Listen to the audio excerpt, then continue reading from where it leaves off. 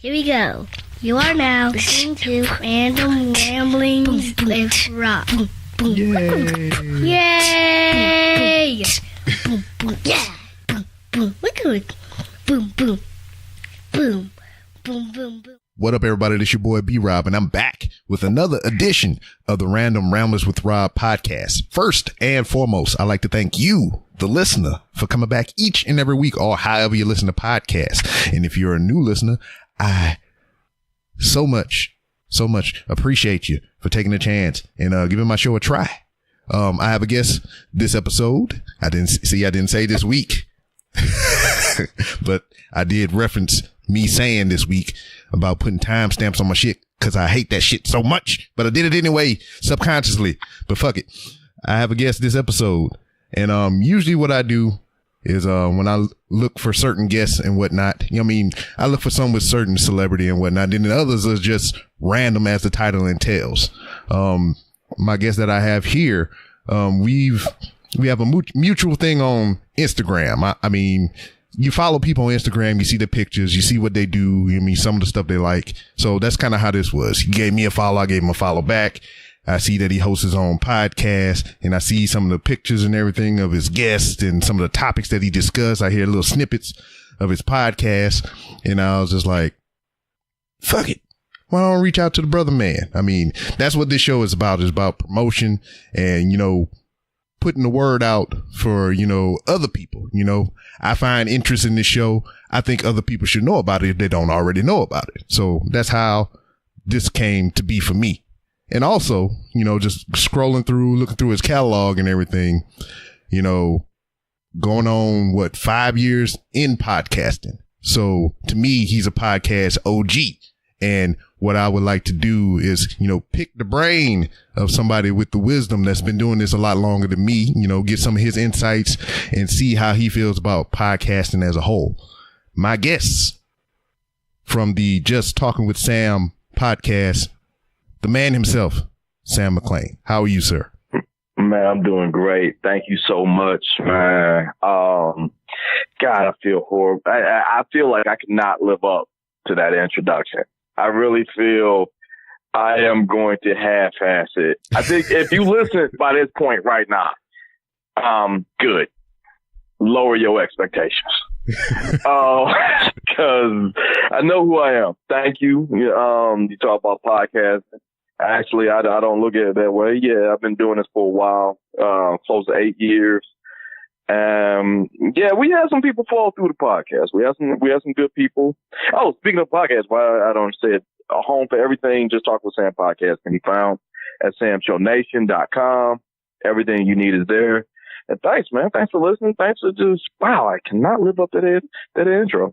Thank you so much, man. Yeah, because like like I said, this is what I do is just like, I interact with your Instagram page quite often. Every time I see something, you know, I throw a like at it and whatnot. And I was just like, why don't I take the time and actually sit down and listen to a full episode of the podcast? Because I'll be honest with you, like I'm honest with every guest.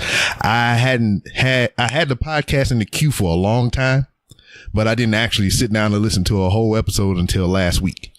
So I listened to 2 episodes, your most 2 recent episodes. So ooh, I apologize. I'm sorry about that, man. the one. No, I'm kidding. I don't know which ones you listen to. If it's 2 last ones, we talking Lou Fuki? Yeah. All right. I was on my best behavior there. And the one before that was with the 3 wise men, right? I believe so, yeah.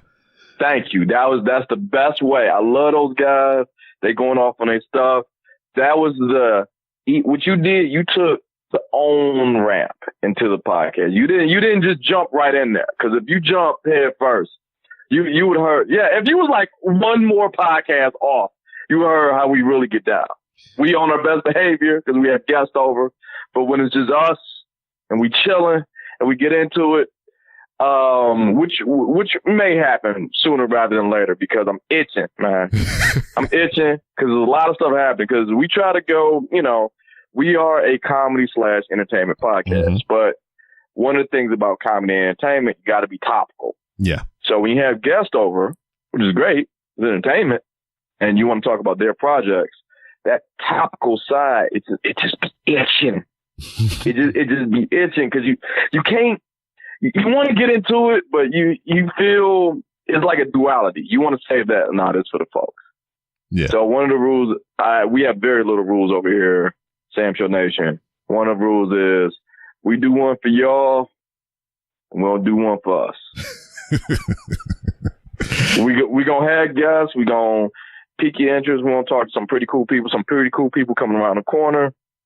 But when it comes down to sitting down at the table with the regulars, we throw out a topic, and it's me and my good friends arguing over. It's not argue, it's all love, but it's like, we got different opinions. Like, yeah. And we try to keep our finger on the pulse of what's happening, but at the same time, we want to be nice to guests, and we didn't have some great people fall through here. So, that's just how we do things around here. The one that really piqued my interest or whatever, just scrolling through or whatnot. I mean, you had Christopher Daniels on there. You had Diamond Dallas Page on there because I'm a wrestling fan. But the one that really piqued my interest, the one that really got me to get on the DM, type in Just Talking with Sam, formulate the courage and text form to ask you to be on the show. You had motherfucking Garth Brooks on your shit. That we still keep in touch, man. One thing about me and Garth Brooks, for starters, I should not be around him at all. let's just start it right there. We've told this story a few times. There's no fucking reason I should ever be around Garth Brooks in any capacity. However, while he was here on tour, we bumped into each other. He jumped on the podcast, and me and him went back and forth. And one thing that I love talking about with people, you're going to talk about with some famous people, whatever they do, you got to find out what their interests are outside of their profession. Yeah. That makes sense. And one of the things about Garth, man, he is a movie buff. Like me and him, we got into American Sniper, Chris Kyle. Yeah. And we just started really get into it. And then on top of that, his wife and my wife got into it. And this ain't it sparked a goddamn friendship with a goddamn the guy who's synonymous with country music. Yeah. We started a friendship. His wife is Trisha Yearwood, my wife. We all looking at each other like, what the fuck? Did we just become best friends? and then now we just every now and then I guess we keep in touch. Quick tweet every now and again, quick little, hey man, you see this movie? Yeah, well, I saw this and this was, and it's all good. And I'm looking at this.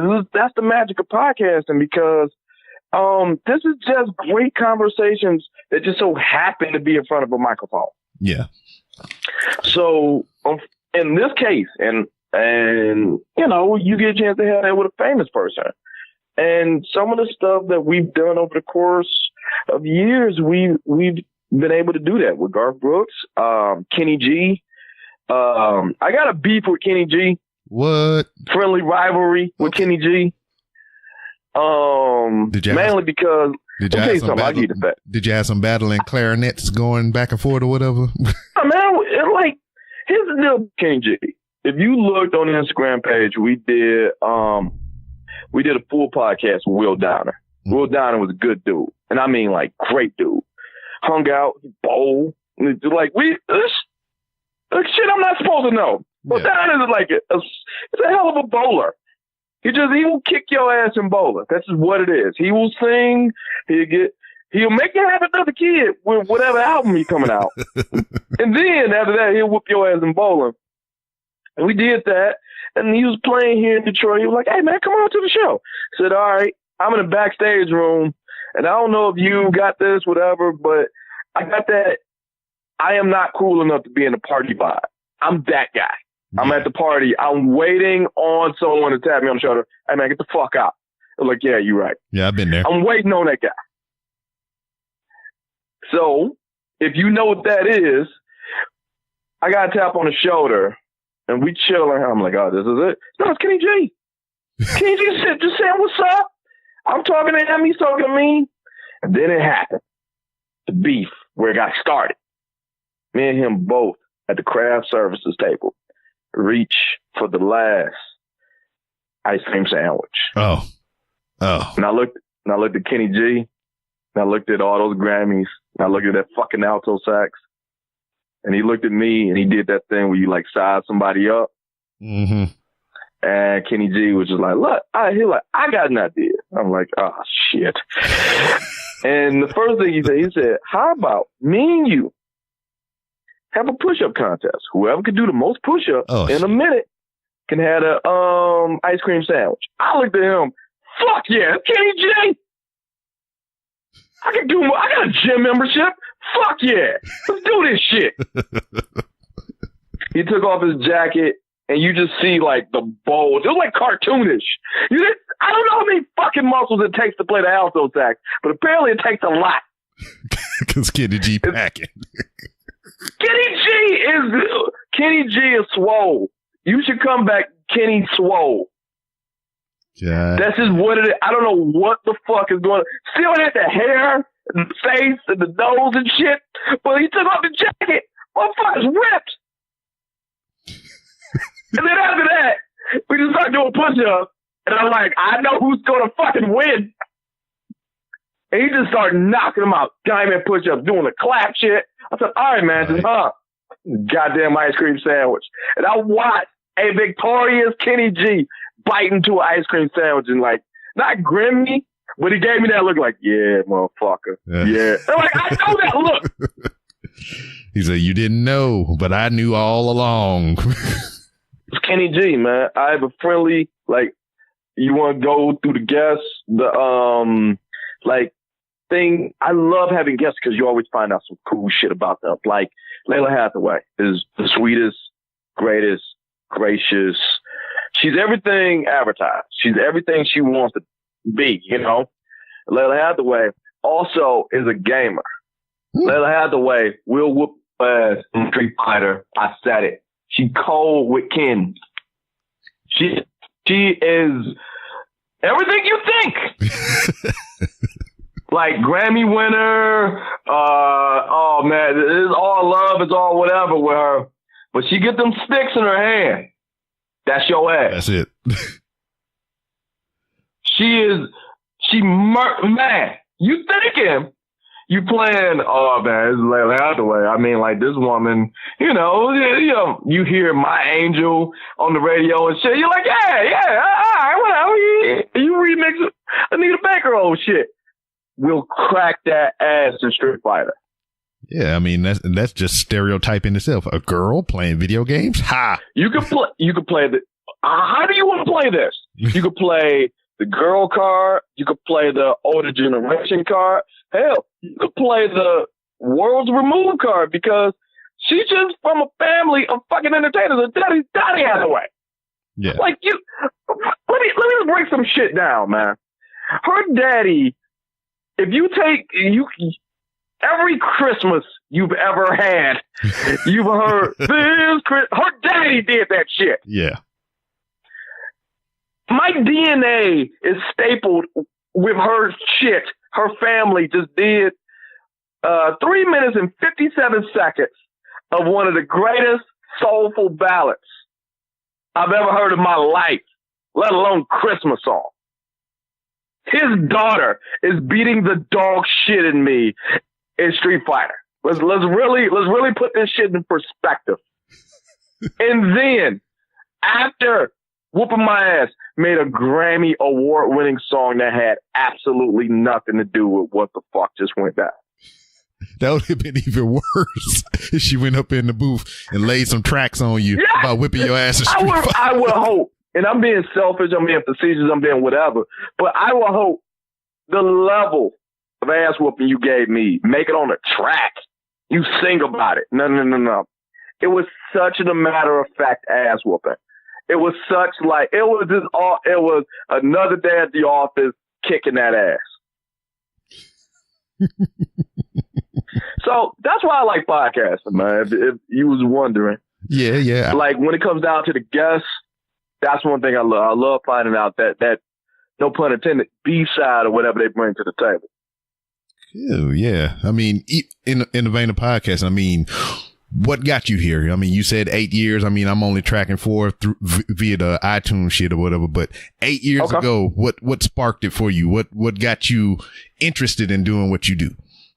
All right. First of all, I need you to grab a broom and a dustpan because I'm dropping a lot of fucking names, and I'm sorry. I know it sounds like I'm patting myself on the back. I'm not. It's just how the shit happened. Mm-hmm. The thing that got me into podcasting is I didn't know what a podcast was 8 years ago. Somebody told me to get in a podcast. Same. And that man was Kevin Smith. Oh, yeah. I seen the picture. Kevin Smith was here in Detroit. We got this thing called the Roll Up Music Theater. So just, it is what it is. It's a music theater. He was on a speaking tour.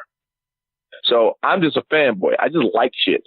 So I like Kevin Smith, and he had the Q&A part at the end of the podcast. So at the Q&A part at the end of the podcast, he was like, yeah, come up here. So I started talking about his movies. I talk about how I'm not supposed to know his movies. Actually, when I was 6, my brother snuck me in to see Clerks. It's an R-rated movie. I'm not supposed to see that. Yeah. So ever since then, I had a kinship with Kevin Smith. I knew what it is because he made that black and white movie in the mid-90s that I'm not supposed to see. So here we are. So here we are to this day. Talked about his work, followed him, read a few of his comics, listened to his podcast. But I don't know. I don't know what a legit podcast is. Yeah. And he got up here, and ever since then, he pulled me on stage, and me and him talked for 10 minutes. We talked about weed, how he smokes weed. I'm a drinker. I am first ballot talk shit. I mean, I'm a first ballot Hall of Famer in the world of talking shit. So I've heard. Like I'm going in the rafters. And me and him went back and forth. And then when I left the stage, we actually played a game of grab ass. I know, pause. I know how that sounds. Yes, I understand. I can't tell you that's what happened. I'm giving facts. And after that, I'm getting off stage. He says, hey, man, I didn't realize 10 minutes went past that fast. You ever thought about podcasting? And I looked at him and I said, what's a podcast? And here we are. 19 years later or whatever. We did. He hooked me up with his assistant, Megan. Megan gave me the deets. I listened to a few of his. And I took a couple bucks, went down to a Radio Shack. I got the cheapest mic I could find and the cheapest headphones I could find. Started it off. Ain't looked back since. And then from there, I've treated it like Highlander. Like where you just go and seek out the best of the best of the best. So I figure technically somebody got this recorded. I talked to Kevin Smith. So I had sort of like what you're doing. You asked me questions about podcasting. I went out and I sought out the best. Mm-hmm. So talked to Kevin Smith, talked to Mark Maron, all chronicled on Instagram, on my Instagram page. I talked to Mark Maron. I talked to pre-allegations Louis C.K., pre-allegations Chris Hardwick. Oh, shit. I'm starting to think. Everyone I've talked to is probably going through some shit right now. It's your fault. Jim Norton, he ain't had no charges. Bobby Kelly. All these are podcasters, but I went out and sought out and talked with them while still doing my own. And during the time when she was living, Joan Rivers, we sought out. She actually was one of our first guests. And she just hit us with some truth. She said, look, man, strike while the iron hot. Just keep doing, keep talking. You'll find your audience. And she fucked with us. So since then, whenever she was in Detroit, she would go out of her way to scoop up me and my wife. And I was like, why? I mean, like, thank you, but why are you doing this? And she said, look, it's hard to find regular, genuine people. And I just kind of want to hang. At the end of the day, I'm Joan Rivers, but at the end of the day, I'm a person too. And I was like, oh shit, that shit almost made me cry. And then she died. That was pretty much the end of that one. Yeah. Then you maybe cried?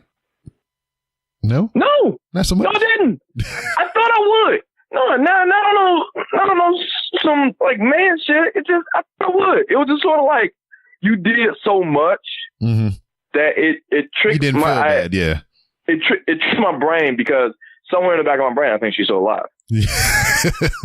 Because I know the truth, but like she kicked out knowledge when we was around, and we got a chance to. That's the thing with podcasting. Is you talked about timestamps earlier. Sometimes that's a good thing. Mm-hmm.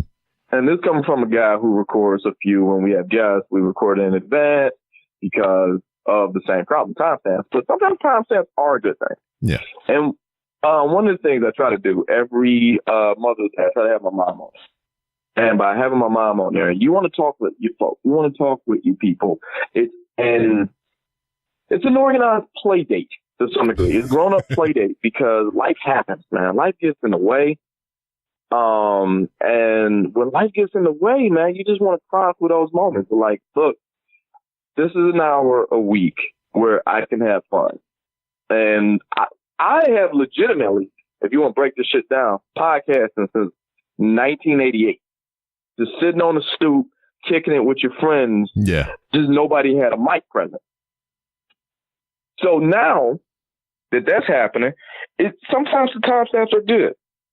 Mainly because if I go back, it's hard to go back and listen to old podcasts myself. But one of the things I like doing is I can't make it through a whole one. It just sounds like nails on a chalkboard to me, listening to myself that long. Mm-hmm. But in the 5 minutes that I was able to make, I can see my point of view from that point in time of my life. Yeah. My mind could change. Sometimes it do, sometimes it don't. Yeah. And that's why I can't wait to talk about topical shit, because I want to see where my mind changes. Guests are cool. I love having guests on my shit. But when it's just me and my folks and we sitting around, we got a couple of alcoholic beverages on the table, adult beverages, however you want to pull it, our mind may change. Yeah. And some shit, you find out you was right as fuck about. Like, I went back. You follow me on Instagram. I keep referencing Instagram because that's how we met. So, sorry. I was right as shit about the Louis C.K. thing. Like, Louis C.K. going back, he trying to get his feet wet going back into stand-up comedy. Mm-hmm. And with Louis, I said, my man gonna do a year some change in fame jail. He gonna lay low. Then his ass gonna come right back and we gonna be straight. I'd be goddamn if that's not happening right now. Yeah. In the flip side, I was wrong as fuck about Cosby.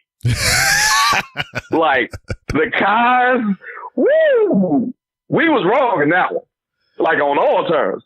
At first, I was like, Cos didn't do it. Turns out he did it. I was like, all right, well, fuck it. He did it.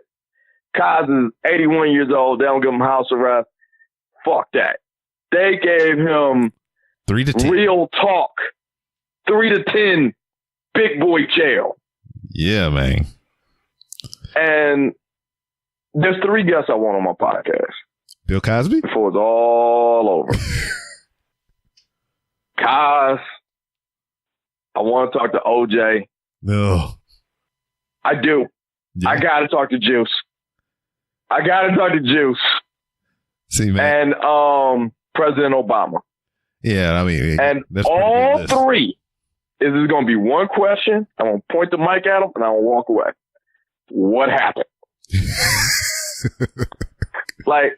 Okay, I get that with OJ and I get that with Cosby. But what you getting at with Obama, though? I gotta know, man. Look, I gotta know. Tonight, all right, look, here we go with Obama. You are the first black president. And I'm talking real talk, black guy, president. No, have you can play that game. Yeah, but, whatever. Like, my man, you should have got shot running. So you mean to tell me the night they swore him in and he made the speech? Well, if anybody doubt that there was any doubt, he did the speech and he did that shit, right? I need to know what happened the night of. Did he look at Michelle like, oh shit, we did it? We made it. We did this shit. It was like the purge. It had to be. Because there's no fucking way all right, look, I get it. You the president. There's a level of coolness that got to be what you got to stay calm, cool, and collected in all situations. But you mean to tell me the first night he didn't get sauced in the lid, and Michelle, you ain't gonna believe this shit. Like, I would have called my mama. I would have called my dad. Dad, you ain't gonna believe this shit. I am the president. You mean to tell me you didn't do that shit? And get the fuck out of here. That's what I want to know. What happened? Me personally, I mean, all right. I think I know what I would do becoming the president of the United States. But tell me, what would be the first thing you would do in power as active president? Shut the fuck up. For starters, the first thing I'm doing, because here's the deal with being a president, man. Here's the deal with being a president. 50% of the people fucking hate your guts. Yeah. Day one. Day motherfucking one, half the population hates me. The other 50 does this shit. All right, motherfucker, we voted for you. Let's see what you got. All right. Like when Obama got president, yes, I was naive. I wanted my Obama prize. I thought I was going to get some shit. I just did. Thought it was a Chappelle skit, huh? I really did. I thought I was going to get like an Obama prize because I voted for him. First black dude. I don't know. I didn't know what I was expecting. Maybe he just slide by my house and hand me $20. I don't know what the fuck. But see, that's what it was, man. It's like everybody was thinking about that Dave Chappelle skit or whatever. We was going to get reparations and all kind of crazy shit was going to go on. Yes, sir. So first thing I would do as president, here's what I would. Shit. Well, me. First thing, shut the fuck up. Okay. That's number one. Number two, I want to do something that everybody cool with. And I mean, when everybody cool with, I mean, everyone's cool with. I would have to figure that out for starters. But let's say like something everybody cool with off rip. I am... Maybe this is just me, because I'm a bit of a nerd too. Mm-hmm. I would decree that the following movies never happen. Oh, okay. So you putting the kibosh on shit. I got you. I see what you do. Yeah. That Green Lantern from the DC universe, that shit never happened. So you giving it the Deadpool treatment? You? Yeah, I would act like that shit never happened. Off rip. I think everybody can rock with me on that one. All right, I give you that. Second one, erased from the record books. I think I would just open up with that one, and everybody will look around. Okay, that's good. And here's another thing I would do. This may rattle some feathers. I know this. Mm-hmm. I understand, but I would have what they call State of the Union. We have State of the Union. Yeah. State of the Union. It's all right to like shit, man. That's all it is. It's all right to like shit and hate the person. It's all right to like shit. And all right, like you can separate the art from the artist. Mm-hmm. Because all of the artists that I've ever, I'm at an age now. Right now, I'm 34 years old. Mm-hmm. And I'm at a crossroads. The crossroads is right now, and I've said this on my podcast, but I'm especially after this week. I don't know if I can like shit no more. Yeah, I just don't. All of my heroes died. We talk about Cosby. I like the Cosby Show. It's fucked up what he did. Yeah. Me watching the Cosby Show doesn't make me an advocate for rape. I just really like the Cosby Show. If for nothing. Let me break down the Cosby Show right now. You ready? I'm ready. This is how much we like the Cosby Show. Before the rapes, I have to say that. See, that's the shit I gotta say now. Before a rape, when everybody was cool with the Cosby Show, this is how cool we was with the Cosby Show. You ready for this shit? I'm ready. You watched the Cosby Show growing up, right? Of course. Cosby Show was a show about a man named Cliff Huxtable. Mm-hmm. And it was still called The Cosby Show, and we let that shit slide. For 9 motherfucking years, nobody named Cosby was on that show. True. Not one person. And it was it's him, Claire. It's another thing we let slide. Mm-hmm. His wife, Claire Huxtable. Mm-hmm. Remember Claire Huxtable? Yep. What the fuck did she do for a living? She was a lawyer. Yep. For 9 years, I've only seen this woman in court once. You were either the best or worst fucking lawyer known to man. Man, she got him through our pre-trial, man. She ain't even had to step in. So I asked, and we let it slide. Another thing, pre-rape. I gotta say pre-rape every time. Yeah. Pre-rape with the Cosby Show that we let slide. He was an OBGYN. He was a baby doctor. Oh. Who practiced out of his house. I know. Don't get ahead of me. Don't get ahead of me. I'm slowing it down. I'm bringing it back. Who practiced out of his house with 5 kids of his own, and it seemed like he got a new kid every season. Yeah. That was his job. Now I say this, and I'm only saying this. I love that show. Mm-hmm. Pre-rape. You got to say pre-rape. Pre-rape allegation. Well, you convicted now, so I guess you can say pre-rape. Yeah. But pre-rape, I like the show. I can't reminisce about that show. Because if I say, hey, man, remember that time on the Cosby Show? Hashtag me too. Hashtag me too. I get, no, like, I'm not conjuring a bad situation in your life because I like the show. Yeah. I was going to say I can't like shit no more, man. Yeah, that's like, motherfucking Chris Benoit. All right, first of all, that was all fucked up. Yeah, it was. But I'm saying, but people like, oh, man, let's separate the wrestler from the incident and put him in the Hall of Fame. I was like, exactly. It's you fucking put Chris Benoit in the Hall of Fame. It's fucked up how he left. But what he did in the ring was some inspirational shit. Yeah, still, man. I don't know. Because let me break down Chris Benoit. Pre-murder. You want to talk wrestling? Let's talk wrestling. I love Chris Benoit. And I'm talking, this is way before WWE. Yeah, pre-murder. WWF. I'm talking WCW. You want to see the best version of Chris Benoit? It was him and his feud with Kevin Sullivan back in WCW Nitro. Mm-hmm. Right before he was a member of the Four Horsemen. Mm-hmm. If you watch that series, I saw Chris Benoit, the Canadian, just nuts. Granted, when you keep going, it makes more sense. Yeah. But I'm just saying, what he did in the ring was some cool shit, man. Mm-hmm. What he did in the ring was some cool shit. And now I'm watching my heroes get tarnished.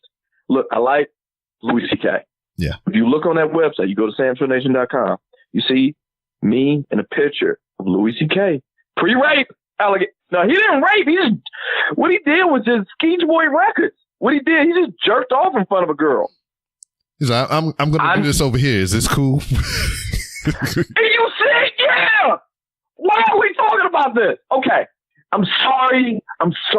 Because to those who, trigger warning, who are offended by this, he said, hey, can I jerk off in front of you? You said, yeah. Now, you thought he was joking because he's a funny man, yeah. Comedian. When his dick got out, you didn't say put that up. It was only one person out of his list that put that up, and he apologized profusely, and he kept moving. Yeah. Everybody else let him finish. So I'm looking at y'all. Tough. I'm not victim blaming. I'm just saying, at what point, look, if we on the phone right now, you say you jerked off on the phone with somebody. If I alert to you that I'm about to jerk off on this phone, that we on the phone right now, I will hope you would say, hey, man, please don't do that. Yeah, please don't do that. Oh, I hate them. But back to Kai. Like I said, I can't like shit no more. All right, you want to punish Kai? I tell you this. You want to punish Kai? Yeah, you going to jail, and then the shit in the jail and the trial. I watched that trial. I know Kavanaugh doing this shit, but I'm not gonna do the Kavanaugh shit on your show. I'll say that for bye. Yeah. But let's talk about Kai. You got Janice Dickens yelling at him in the courtroom. It's already fucked up. You throwing feathering, my man. So, Camille crying. All right. You want to punish Kai the right way? I will say this. This is how you punish Kai. Death by pudding pops. No. Oh, God, no. I mean, that don't get it twisted. Keep that on the docket. Don't let it sway you. But you really want to punish guys? Make me his cellmate. Oh no. Oh God, yeah. Talking and shit I mean like voluntarily. Like I would totally go to that jail at least once a week where I'm with Kaz and I would pepper him with questions. Oh. I don't think I would get the rape into like year 3. Mm. Hey Kaz, man. Let's talk about Leonard Part 6. I like that movie. Hey, man. God. Remember that thing, Ghost Dad? Man, come on, man. Now you talk about my childhood. I like them stupid shits. It's fucked up. Here's why I say you can't like shit. Growing up, right? All right. I am a married man. Yes. Growing up, watched Cosby. Mm-hmm. He was America's dad. Yep. Was, pre-rape. You gotta say it. You gotta say pre-rape now. Pre-rape. I have 3 books of Cosby in my library, if you want to call it that. It's on the bookshelf. Call it a library. Fuck. It's called Cosbyology, Essays and Observations from the Doctor of Comedy. Pretty safe, right? Mm-hmm. It's called another one, Cosbyology, How to Be a Good Father. Because I bought that book when my wife said, she's pregnant. I figure who would know more than America's dad on how to raise a kid? He got 5 of them himself. Yeah. So yeah. I bought the book. And I gotta be honest, little foreshadowing. When my son was about 2, I bought this book. It was on the clearance section. It's called Little Bill and the Big Lie. Now, like I said, foreshadowing like a motherfucker. Because of what we don't know. That book is fucked. But it's called Little Bill and the Big Lie. And the book is actually teaching the kids not to lie, tell the truth and all. But, shit, if you could fix that title. Man. Oh, God. Because of what we know now. That's so fucked up. If you think I'm joking, go to Amazon. Oh, I believe you. Look up Little Bill and the Big Lie. Oh shit. Do you think in hindsight now, knowing what knowing what we know, do you think that was like him kind of trying to like atone for what he did in a way? Yeah, because like when the shit really hit the fan, after Hannibal Burns, after all of that shit, here's how I know it was some shit. You can go to Cosbyology. I bullshit you not. There's a passage of that where he talked about like keeping your wife happy. Mm-hmm. And apparently they was doing some like tile in the bathroom. And it was I'll just paraphrase, but he was doing some tile in the bathroom, some Italian marble tile, the expensive shit. Yeah. And then when Camille got home, she didn't like the color. But this tile is so hard to find that it's like off you coming out of $30,000 just putting it together, let alone put it in your bathroom, right? Shit. Like she coming out of $30,000 out of the bathroom. She looked at it once and was like, I don't like the color. Get this shit up, Bill. And Bill, with no question, all right, y'all, get the shit up. See, growing up, I thought my man just had that much money he could do that. Yeah. No, I rocked the ring, man. I was a married man. Anytime you come out of 30 grand like that, you did some shit. Not only did you come out of 30, real talk, you come out of 60 because you had to get it up. The towel was done. You paid for it, but you had to get it up and do it again in the color she wanted. Yeah. That's 60. At least 60. Yeah, that's just like I was saying, he atoning for some shit. Yeah, he did some shit. No, like, now, let me tell you something about my wife. My wife has appeared on my podcast. I be goddamn, I will have a stage DEFCON 1 argument over goddamn curly fries. Curly fries. I don't know where. Okay. So fuck it. It's called Random Ramblings, right? Are you pro curly fries? Is what I'm trying to understand. I am pro curly fries. Okay, all right, we good. My wife is an alien. I am convinced because she was given the decision. This happened Saturday. No, let's get real. It's called Random Ramblings, right? Yeah. Oh my God, this should not have pissed me off, but this pissed me off so. I don't beat her. I know what we're talking about. I just talked about Louis C.K. and Cosby. You know, I need to make that plain. I'm just saying it just irked me. It thoroughly pissed me off. She was presented an option of curly fries and home style fries at Arby's. Okay. All right, look, I know some people listening to this are like, why the fuck are you going to Arby's? I can't help that. That's what happened.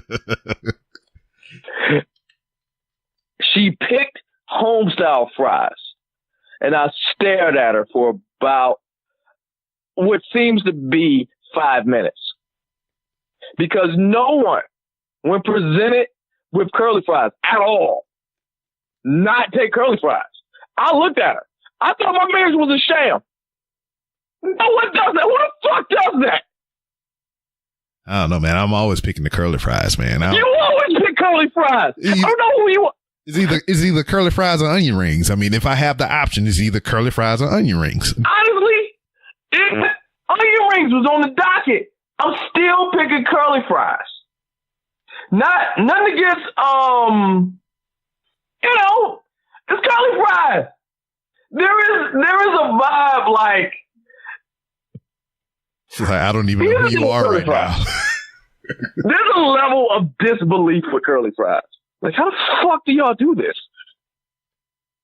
Like, every time I've ever seen curly fries, there's a level of, oh, shit. Like, every time I've ever seen curly fries. It's like a unicorn and shit. Yes! Home-style fries. I've done home-style fries. I have bought potatoes. I've went to the supermarket, bought potatoes. They're just thick-ass fries. Mm-hmm. They're almost potato wedges. But curly fries, there's a level of like, how the fuck you do that, man? Like every time. I believe it. I am every time. Even when I go to the store to like, all right, we're gonna make some hamburgers. Go to the Walmart and get some fries and shit. You know, that's immediately what I go for. Is either if they don't have the curly fry option, I'm getting the waffle fries. Yeah. Okay. Waffle fries. That makes more sense. Waffle fries are like, oh, okay, there's a level of, oh, okay, I see how you did this. You can do it in your head, like, oh, I see how you did this. Curly fries, there's a level of like, oh, okay, all right. They still crunchy? Did you twist this motherfucker? For real? But that's what I'm getting at, man. I mean, this is a long way to say, but it's okay to like shit, man. Just okay to like the R. Kelly shit is hard. It really is hard because his shit is a little bit closer to the situation. Well, shit, I mean, I'm not totally off the R. Kelly boat right now. He makes some motherfucking good music. He got some albums that I'm quite fond of. It brings me back to a place in my young years and whatnot. I mean, I'm still sentimental on that. But have you heard that? I am sentimental because have you heard that whole? I gotta be honest. Growing up, dude, that was kind of like part of the kit. The kit, when you dating, when you going out and doing something, you had to have a car. It didn't have to be the greatest car in the world. It just had to get you from one place to the other. You had to have a car, some type of rap, some type of game, very little, and an R. Kelly album. Preferably, depending on what you're doing. Like most people go 12 play. Yeah. That is right. Yeah. I'm not shitting on it. Mm-hmm. But 12 play is the go-to. But I strayed from the bunch. I know. You looking like, oh, really? You strayed from the bunch? Motherfucker Garth Brooks and shit, right? Yeah, exactly. If you really want to, I guess the go-to of R. Kelly I went to, and 12 play is the GOAT. Okay. I want to make that plain. Before you say what yours is, I'm gonna say mine, and I'm gonna see if we on the same page. Yours?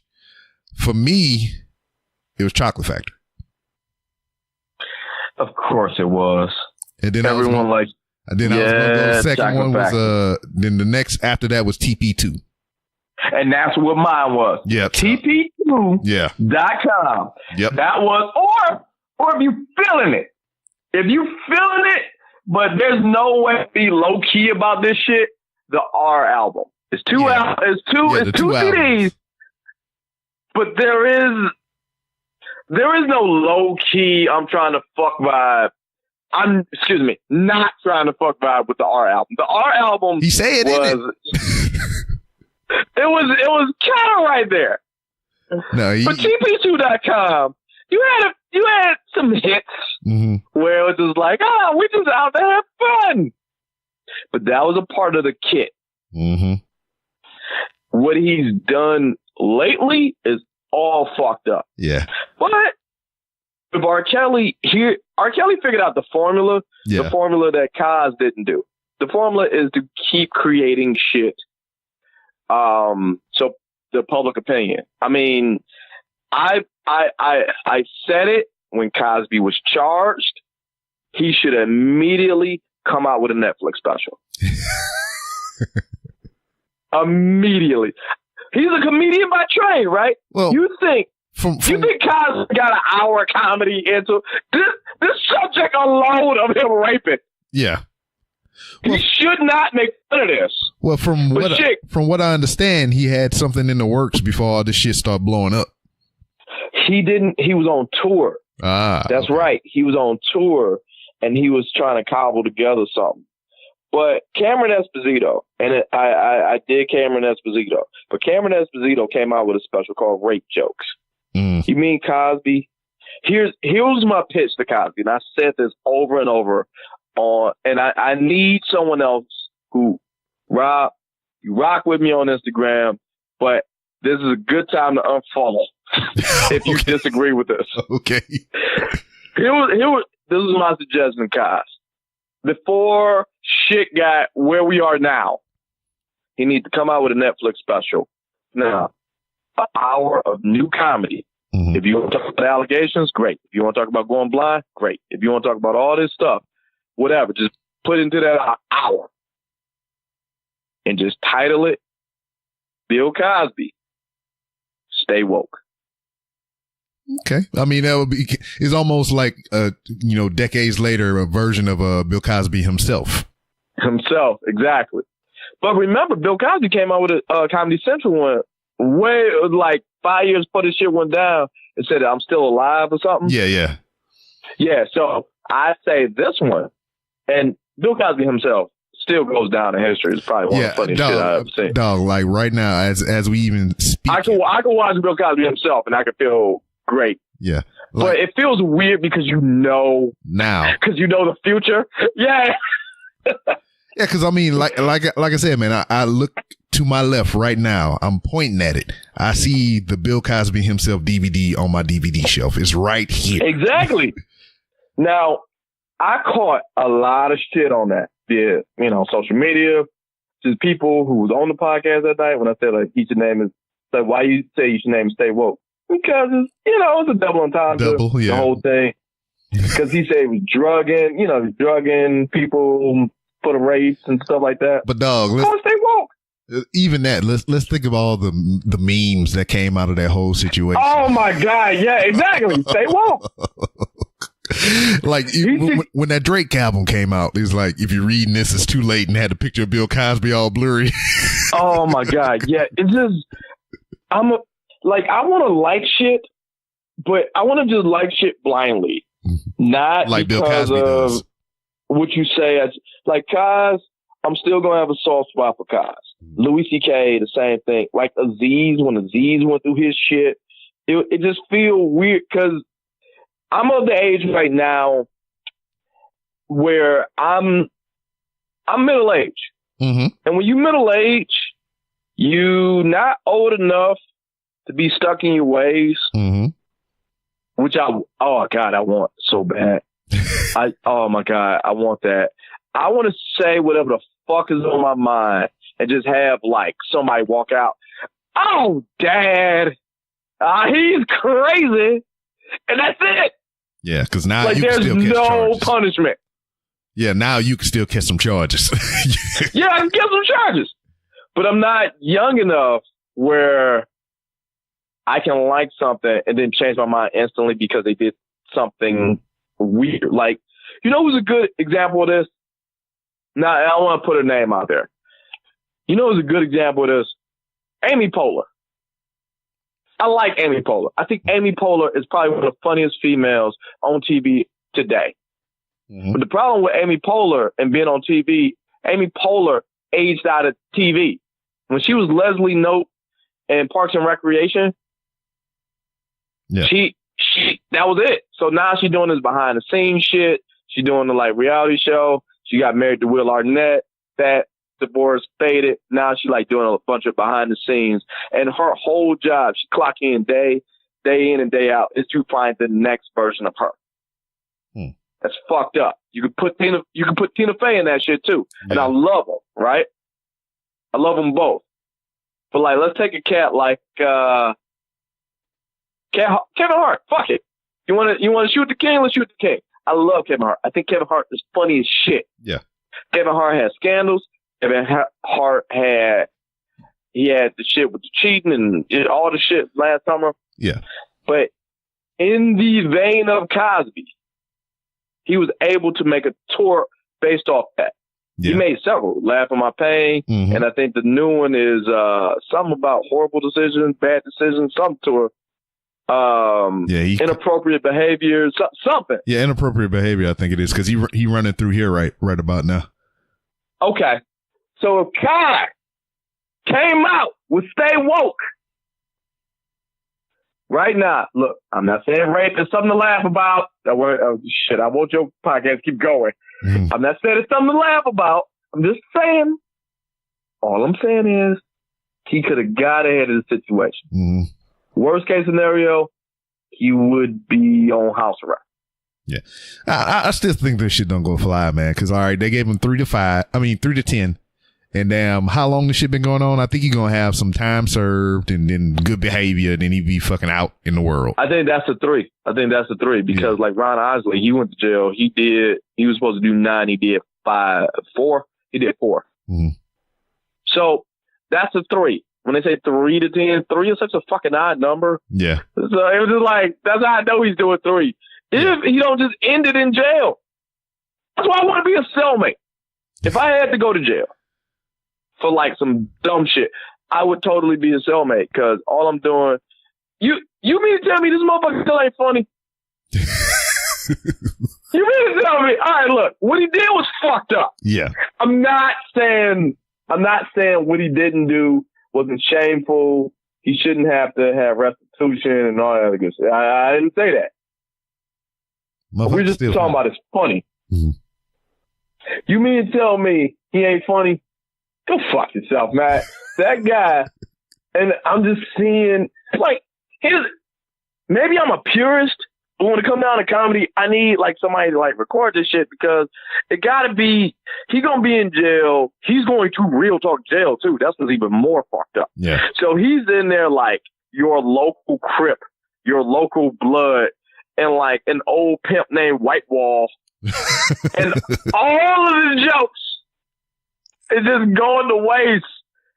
Like, what you in for? Well, you know why I'm here. What you in for, White Wall? Well, you ain't gonna lie. I hit somebody with my car in front of a camera. Damn, that's fucked up. And then he's probably going to the story where like he like coached Theo into not hitting people with his car. Like, I don't know. We're missing these gems. No, I mean, you know how they had certain comedians that would go to prison and do prison shows and stuff. Can Bill Cosby bounce back and do a prison special? You know that's happening. So that's what it is. That's what it is. That's happening. That's what it is. This is all a ruse, a ploy to set up for Bill Cosby's prison special. Johnny Cash, there's a lot of people do shows in prison. Johnny Cash, they want in prison. People do shows in prison. Man, if he came with the stay woke idea, oh my God, it would be the shit. Oh my God, just all right. So this is what's going to happen. It is going to be a longest yard situation. You're going to go in there. You're going to find a group of other young up and coming comedians that got cut down in their prime and sent to prison. Then you're going to coach them all together and teach them their beats and everything. And they're going to have a talent show, but the warden don't want them to win the talent show and all kind of crazy shit. That's how it's going to go down. I would love for that to happen, but more realistically, you know what I believe is going to happen? Because you can't turn off funny. Mm-hmm. He's just going to be funny for the rest of his life in prison. It's like it's just wasted. Like he got a call. Camille, I need you to put some money on my books. I want my ramen noodles, Camille. They got spicy chef. I like the spicy chef, Camille. I know they got the pudding pops in the Kodak film. And me, I wanted to tell you because, the cons. These is Robin Doe. Got Theo sneaking in drugs and shit. I don't think he's going to do drugs. I just think he's going to just be Cosby. Which is even more funny. He's just going to be Cosby in jail. He's just going to like, Cos, what'd you do today? Well, we got up for the PT with the physical trainer. I did my jumping jacks, and I went back and I talked to White Wall. They put on the jazz. Bob Davis simply kind of blew with the jazz music, and I had my ramen noodles. I said, goddamn this thing. The Aryan boy got shanked in the shower, and then the thing they looked at the cars. But the cars don't rape here. They don't have the Spanish fly. I really think he's just going to be Cosby in jail. I mean, that's a show in itself, Cosby in jail. That's what I'm saying. That's what I think it's going to be wasted. And he put commas in his title, so it'd be like Cosby, comma, in jail. I want to see the one motherfucker that tells Cosby. Like Cosby, you know how they like Cosby's calling Camille to put money on the books. Phone check, homie. Now you see, young blood. And then like 5 hours of his life is just gone. Yeah. Because there's no way you can just let Cosby. You don't interrupt Cosby. You just let him talk. He's like for 5 hours. He's like, man. He's just giving you gems that he gave Theo in season 4. You know what? He gonna start his own Cosby crew up in there. You know how he had like the Cosby kids. He had like Mushmouth and Fat Albert and all them. You gonna just be naming all his own little crew. Like, they got the Black Guerrilla Mafia and the Aryan Nation and all that shit. They gonna have like the Cosby Clan and shit. Something. They gonna do something. Oh, the gang sign would just be them saying, "Hey, hey, hey." See, you just know they coming. You just hear them down the hall. Hey, hey, hey. And then like they code, because they got a code they talk or whatever, and it all be like Cosbyisms and shit. You be like, hey, I want you to go hear White Wall with the pudding pop, Like you just hear motherfuckers just like 18 to 23-year-olds talking about jazz intelligently. Oh my God. Man, it's all fucked up, man. But that's what I'm saying. I want to like shit now. Like, do you understand if I watch Cosby right now, if I go and I want to be like my aunties and uncles that's a little bit older than me, I went over my auntie house just to say, hey, whatever, just to visit. Season 1 through 9 of the Cosby Show is right there. In purest DVD form is right there. And she put it on because he had a guest over. myself, my wife, and my kid. She put it on like nothing happened. She's put it on, press play, because that's the entertainment. Yeah. She's watching Cosby like nothing happened. And I was like, fuck, I ain't be that. I want to do that shit. So I'm looking at a couple seasons She of the put Cosby Show. on Cosby with no on what the fuck is going down today. He's still the same Cosby. And like, based on that, I went back to my podcast and I had Cosby theories. And one of the Cosby theories I have, A, Elvin would have took over if Cosby died. B, you want to stop the Cosby Show? If you want to stop the Cosby Show, right? Mm-hmm. You have to let Cliff do two things. You have to let Cliff take a nap or eat a sandwich. Yeah. Every episode of the Cosby Show, he was trying to eat a hoagie and take a nap. And one of them goddamn kids stopped him. Every time. Every time. If you successfully let him take a nap, we straight. End of the Cosby Show right there. Yeah.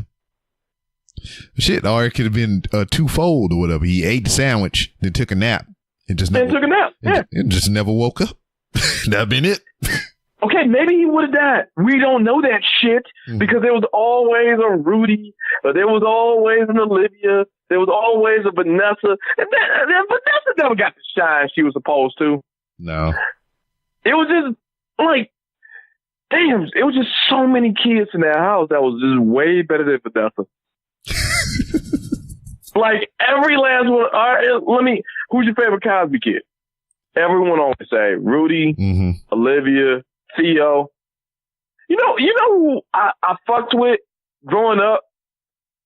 Who's that? Not Vanessa. I fucked with Sandra. Yeah. She was the only Cosby kid that said, you know what? I'm getting the bad. Like right now, it's like she's from the future. So I'm getting a bad read from this guy. Fuck this. I'm getting out of here. Yeah. See now. Sandra. She just said, I'm leaving, and she left. Yeah. She found some nigga named Elvin. All right, look, I got kids now. I want them to meet the grandparents, but all right now, we going home at the end of this goddamn episode.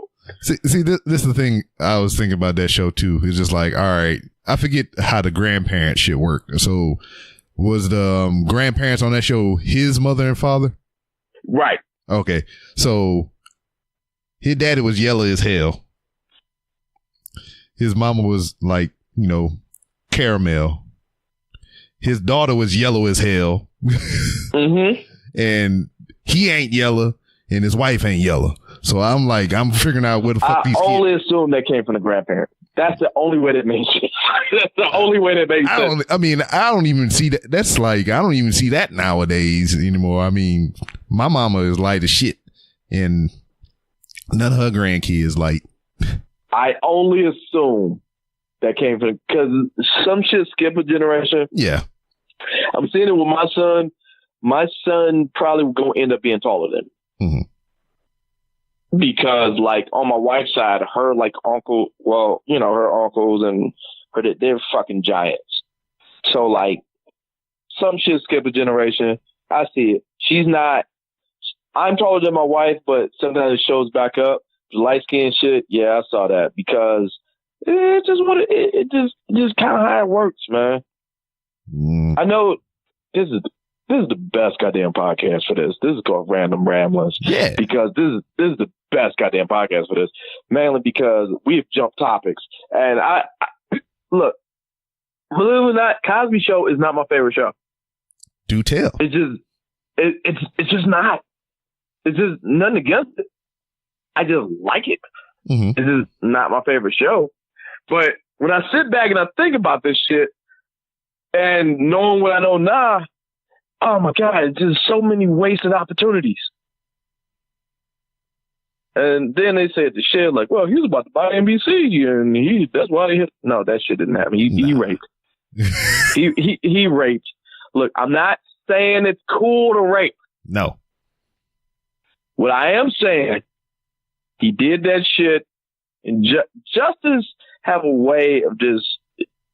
Come back. He has a way of fucking with you. Yeah. Like what was it?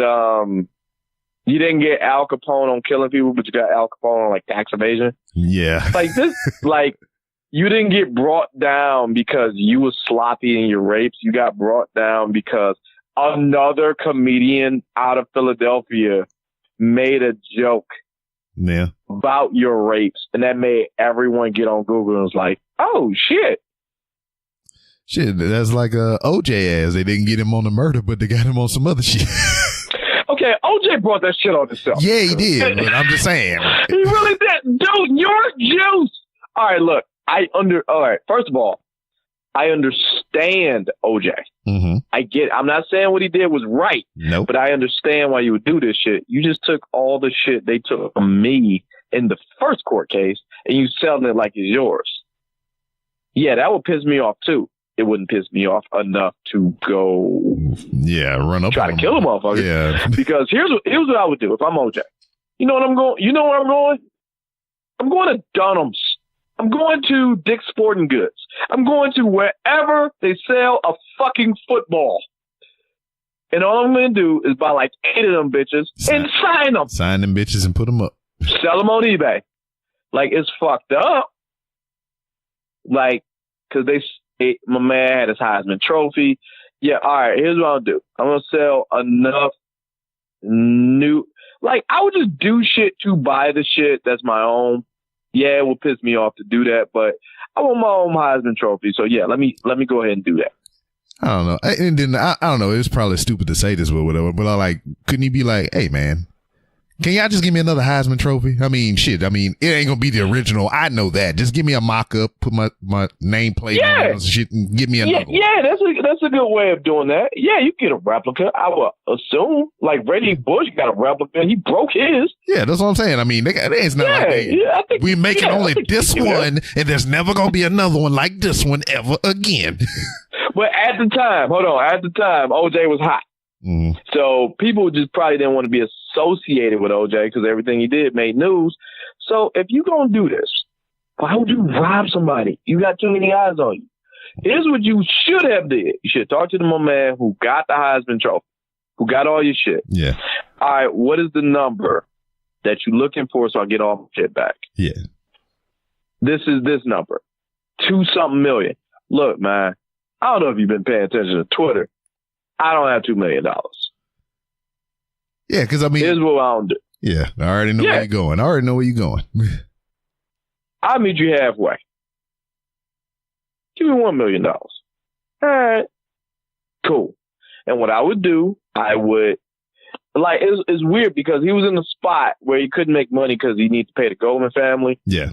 But at the same time, you don't make money. You don't make money because you have to pay the Goldman family. But you can't steal shit because you're going right to jail. That's the option he took. Mm-hmm. So what I would have done, I'm like, look, man, I'm juice. Let me just live this shit. And it's even more fucked up because I love football. I have yet to see an O.J. Simpson highlight on ESPN in the last 20 years. Buffalo needs it. Like LaShawn McCoy doing it. He's doing his best, but Buffalo just needs something. I see Jim Kelly up the ass, but I do not see one OJ clip, dog. Dog, I don't even remember a replay. I don't even remember seeing an Isotoner commercial after he been making Isotoner commercials. I remember Isotoners. I remember like the shit. What pissed me off? I did see the latest OJ snippet of shit. And it pissed me off the most. OJ is giving Cosby advice of what not to do with Jeff. Yeah, I was going to bring that up. That made me so mad. Because I seen that shit and I was just like, dog, just shut the fuck up. Just because this is a world we live in. It's like you like something. It's fucked up. I'll be the first one to tell you it's fucked up. I'll be the first one to tell you. But you can't like shit. I like juice. But based on what happened, what is your favorite OJ? The football player, the movie star, or the convict? Naked gun. Exactly. All right. I want to say this, and I did this shit on my podcast. No one believed me. We had to Google this shit. You want to fuck with history? I hope I hope I don't ruin some shit with you. Do you understand that before this trial in 1992, O.J. Simpson was supposed to be the Terminator? Say what? And dead serious. Look this shit up. Remember, when this shit went down, OJ was still an actor, right? Yeah. Mm-hmm. So they came up with Terminator, the Terminator series, and whatever. He was supposed to be T-1000. I'm trying to imagine that shit because I mean we had this conversation not specifically about OJ being the Terminator. It was supposed to be Juice versus Arnold Schwarzenegger. He was supposed to be T-1000. Oh. Robert Patrick. Okay. Was the guy because the trial went on. Yeah. You can't really film a movie when you go into court, so they gave it to Robert Patrick. He would have been the liquid shit, the T-1000. Okay, that would have been Juice. Word. First of all, that's funny on so many different levels. Yeah, it is. Because the name of the movie is The Terminator, and now knowing what the fuck went down in that trial. If that didn't sell more tickets, man, I'm trying to envision that character being OJ because I mean the liquid motherfucker. I mean, this is like it makes sense. Because look, man, dog. Like you can't kill him. Yeah, he runs fast as fuck. Like every time you kill him, he's liquid. That would have been OJ. Yeah, liquid juice. He's legitimately the juice. No, because like right now, as you're bringing this shit to my mind, one, it's blowing my mind. Two, I'm reimagining all the T-1000s scenes in the movie with OJ. So like when you walk through the prison bars, I'm looking at OJ face. Yes! That movie would have such a different meaning right now. Oh. But T-1000, dog, was supposed to be OJ. Yeah, because we was talking about it the other day. Damn, like the original actor that they eyed for Blade was LL Cool J. So I was like, what? No, I can't see LL Cool J. That's what I'm saying. They got it right with Wesley. Yeah, they got it right with Wesley. Now, if they bring that shit back, because Marvel was at the point they could do whatever the fuck they want. Yeah. First of all, Marvel should not bring back Blade. Oh, tell me why? Because I'm on the other end of the spectrum. Tell me why. Marvel should not bring back Blade because they are just now jumping into street heroes. The street heroes are all the Netflix shows. Yeah. Those are your street heroes. Uh-huh. They own some galactic shit. Everything Marvel do is about space now. Yeah. Don't bring back Blade right now. Mm-hmm. Because if you got to do street heroes, you did Punisher, you did the Defenders, mm-hmm. You did all that stuff. Yeah. You did Spider-Man. You did Spider-Man right. He's a street hero. Mm-hmm. If you have to bring back a street hero, please bring in Moon Knight. Okay. You need to make your street heroes more relatable and more street. The second you start going into the occult, you got to bring in other motherfuckers from there. Mm-hmm. So you can't just bring in Blade. You got to bring in Blade, Dr. Voodoo. You got to bring in people who walk between spiritual realms. Yeah, you got to put the elements in place first before you introduce the character. Exactly. So what you do, you bring in Moon Knight to kind of tease it a little bit. Like there's something about magic with this. There's something a little bit about. Then you get invested in Moon Knight. Now you bring in Blade. Mm-hmm. Now you bring in Voodoo. Now you have a little cameo by Doctor Strange. Mm-hmm. So I mean, like when they. Yeah, so like what you're saying is everything. I mean, based on what you're talking about or whatnot, you see Blade, if they ever did that route or whatever, being more of the Netflix style of series rather than a full on. Exactly. Mm-hmm. And I agree. What you would do. I agree. The best way to do it, if you have to do it, you bring in Doctor Strange. Mm-hmm. Bring in Doctor Strange and have Doctor Strange make a movie about like different realms, the spiritual stuff. Then you have like a quick little, hey, how do you do by Moon Knight? Mm-hmm. Then that goes to Netflix. Netflix have a little series with Moon Knight. And now they bring in Blade. Okay. Sort of like how you did the Punisher. Yeah. You see how they brought in Punisher for a quick little in Daredevil. Like, yeah. Who the fuck is this? And then they brought in the Punisher. Mm-hmm. That's how you do that. Yeah. Because from what I understand, I mean, you know, Marvel is steady cranking out movies and everything. I think the next phase of the Doctor Strange franchise is going to be the Illuminati. Yeah, you should. And that makes sense. That makes sense now, but you need to establish why the gems are important, why you have to have the Infinity Gauntlet, why should we have this in Earth? Yeah, because that Avengers 4 is going to be a motherfucker. I Avengers 4. Like, I want to watch Captain Marvel. Yeah, that's what I'm waiting on. Take my $8.50 right now. Yeah, see, I'm not even looking at. I haven't looked at any of the trailers. I've seen like some of the concept art and the posters and everything. But you need to watch the trailer. No, because when you watch it, I'm not going to do it. Here's the deal: when you watch the Captain Marvel trailer, you look at Marvel and say, "Oh, they could print money at this point." Mm-hmm. They got this camera, that de-aging camera. That is the shit. The shit. Oh yeah, like they did Samuel Jackson with Ant-Man like and all them. Came straight out of high school. Yeah. Because they did that with. They did that with Robert Downey Jr. and motherfucker from Ant-Man. Yes, sir.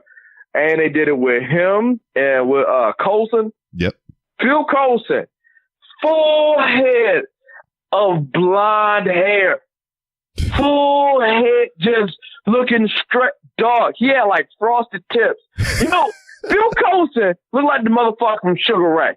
Oh man! The world statues come over me. He could have did that shit, and it would still been in character. Oh shit! He could have did that shit, and dude, when I looked at that trailer, I'm like, just take my $8.50 right now. Yeah, man. I need to see this. I will give up so much to see this movie. Yeah. Like the Infinity War. I was supposed to go with my wife and my son, and it was supposed to be a family day. Go fuck yourself. No, I left them at home. Yeah, me and my boy. I need to watch this solo first. And I slept on the couch. I did my bid. I did my time. I got my teardrop. But I need to sleep on the couch. Yeah. Because I try to explain this to my wife. Now, I'm invested in this shit. Mm-hmm. I can't. This ain't no this ain't no buying experience. I'm on the job when I watch this the first time. I make it plain. When I saw Black Panther, I looked at my wife. I said, "Look, please do not sit next to me. This is not for you. This is years and years of reading shit in high school." Like when it was cool to be a nerd. Mm-hmm. I was one of the few people in my zip code that knew the full Green Lantern oath. I said that shit. One of the few people in my zip code. I'm walking in to Black Panther. Oh, well, yeah, it's for us. It's Black Panther. Like, no. This is for me, not you. I need to learn Wakanda. I need to learn. Well, it's for the hood. It's not for the hood. This is the furthest thing from the goddamn hood. You ain't got no flying shit in the hood. So when I'm watching a Marvel movie, there's a stare. There's like $1 million stare. Like Ant-Man and the Wasp come out for DVD tomorrow. You know what I'm doing? I'm going to get that shit. I'm going to watch Ant-Man and the Wasp. I'm doing that shit at 7:45. I'm saying this on the podcast. This is timestamp like a motherfucker. I'm sorry. As a podcast. It's okay. I'm saying this timestamp it, and I apologize. But I'm doing that shit when I drop my kid off to school. I'm taking a sick day. And I'm watching Ant-Man in my house. My wife will be at work. My son going to be at school. I am going to sit down on the couch, uninterrupted. With that Subway. I want a Subway sub. They have a breakfast sub. Mm-hmm. And it's delicious. It's delicious. Yes, it is. It's delicious. Mm-hmm. Like it gets slept on hard as fuck because Subway as a whole is a garbage company. But their breakfast is good. Their breakfast should be on point. Yeah, it is. Like Subway. All right. Most slept on breakfast is Subway and White Castle. I have never partaken in a White Castle, so I mean. Okay. All right. But I know something. All right, wait. I'm gonna hit you with one. I get it. Up north, I'm Detroit. Whatever. Detroit in the house. Bojangles. I mean, I'm from Louisiana, so I'm stuck on Popeyes and shit. Here we go. Now let me tell you something about Popeyes. Popeyes don't have a breakfast near. They don't. Near Bojangles. Yeah, I mean, I get you. I'm up north. I don't have a Bojangles within 2 states of my ass. Yeah, I've been there. When I see a Bojangles, I have almost wrecked my car. I got family in the South. I've almost wrecked my car to go to a Bojangles. And there's no ramp right here. Why are you trying to turn? I looked, the drive-through lady, I don't know what the real name is, the assistant, I said, dog, I need this. That was it. Before my order was placed, I need this.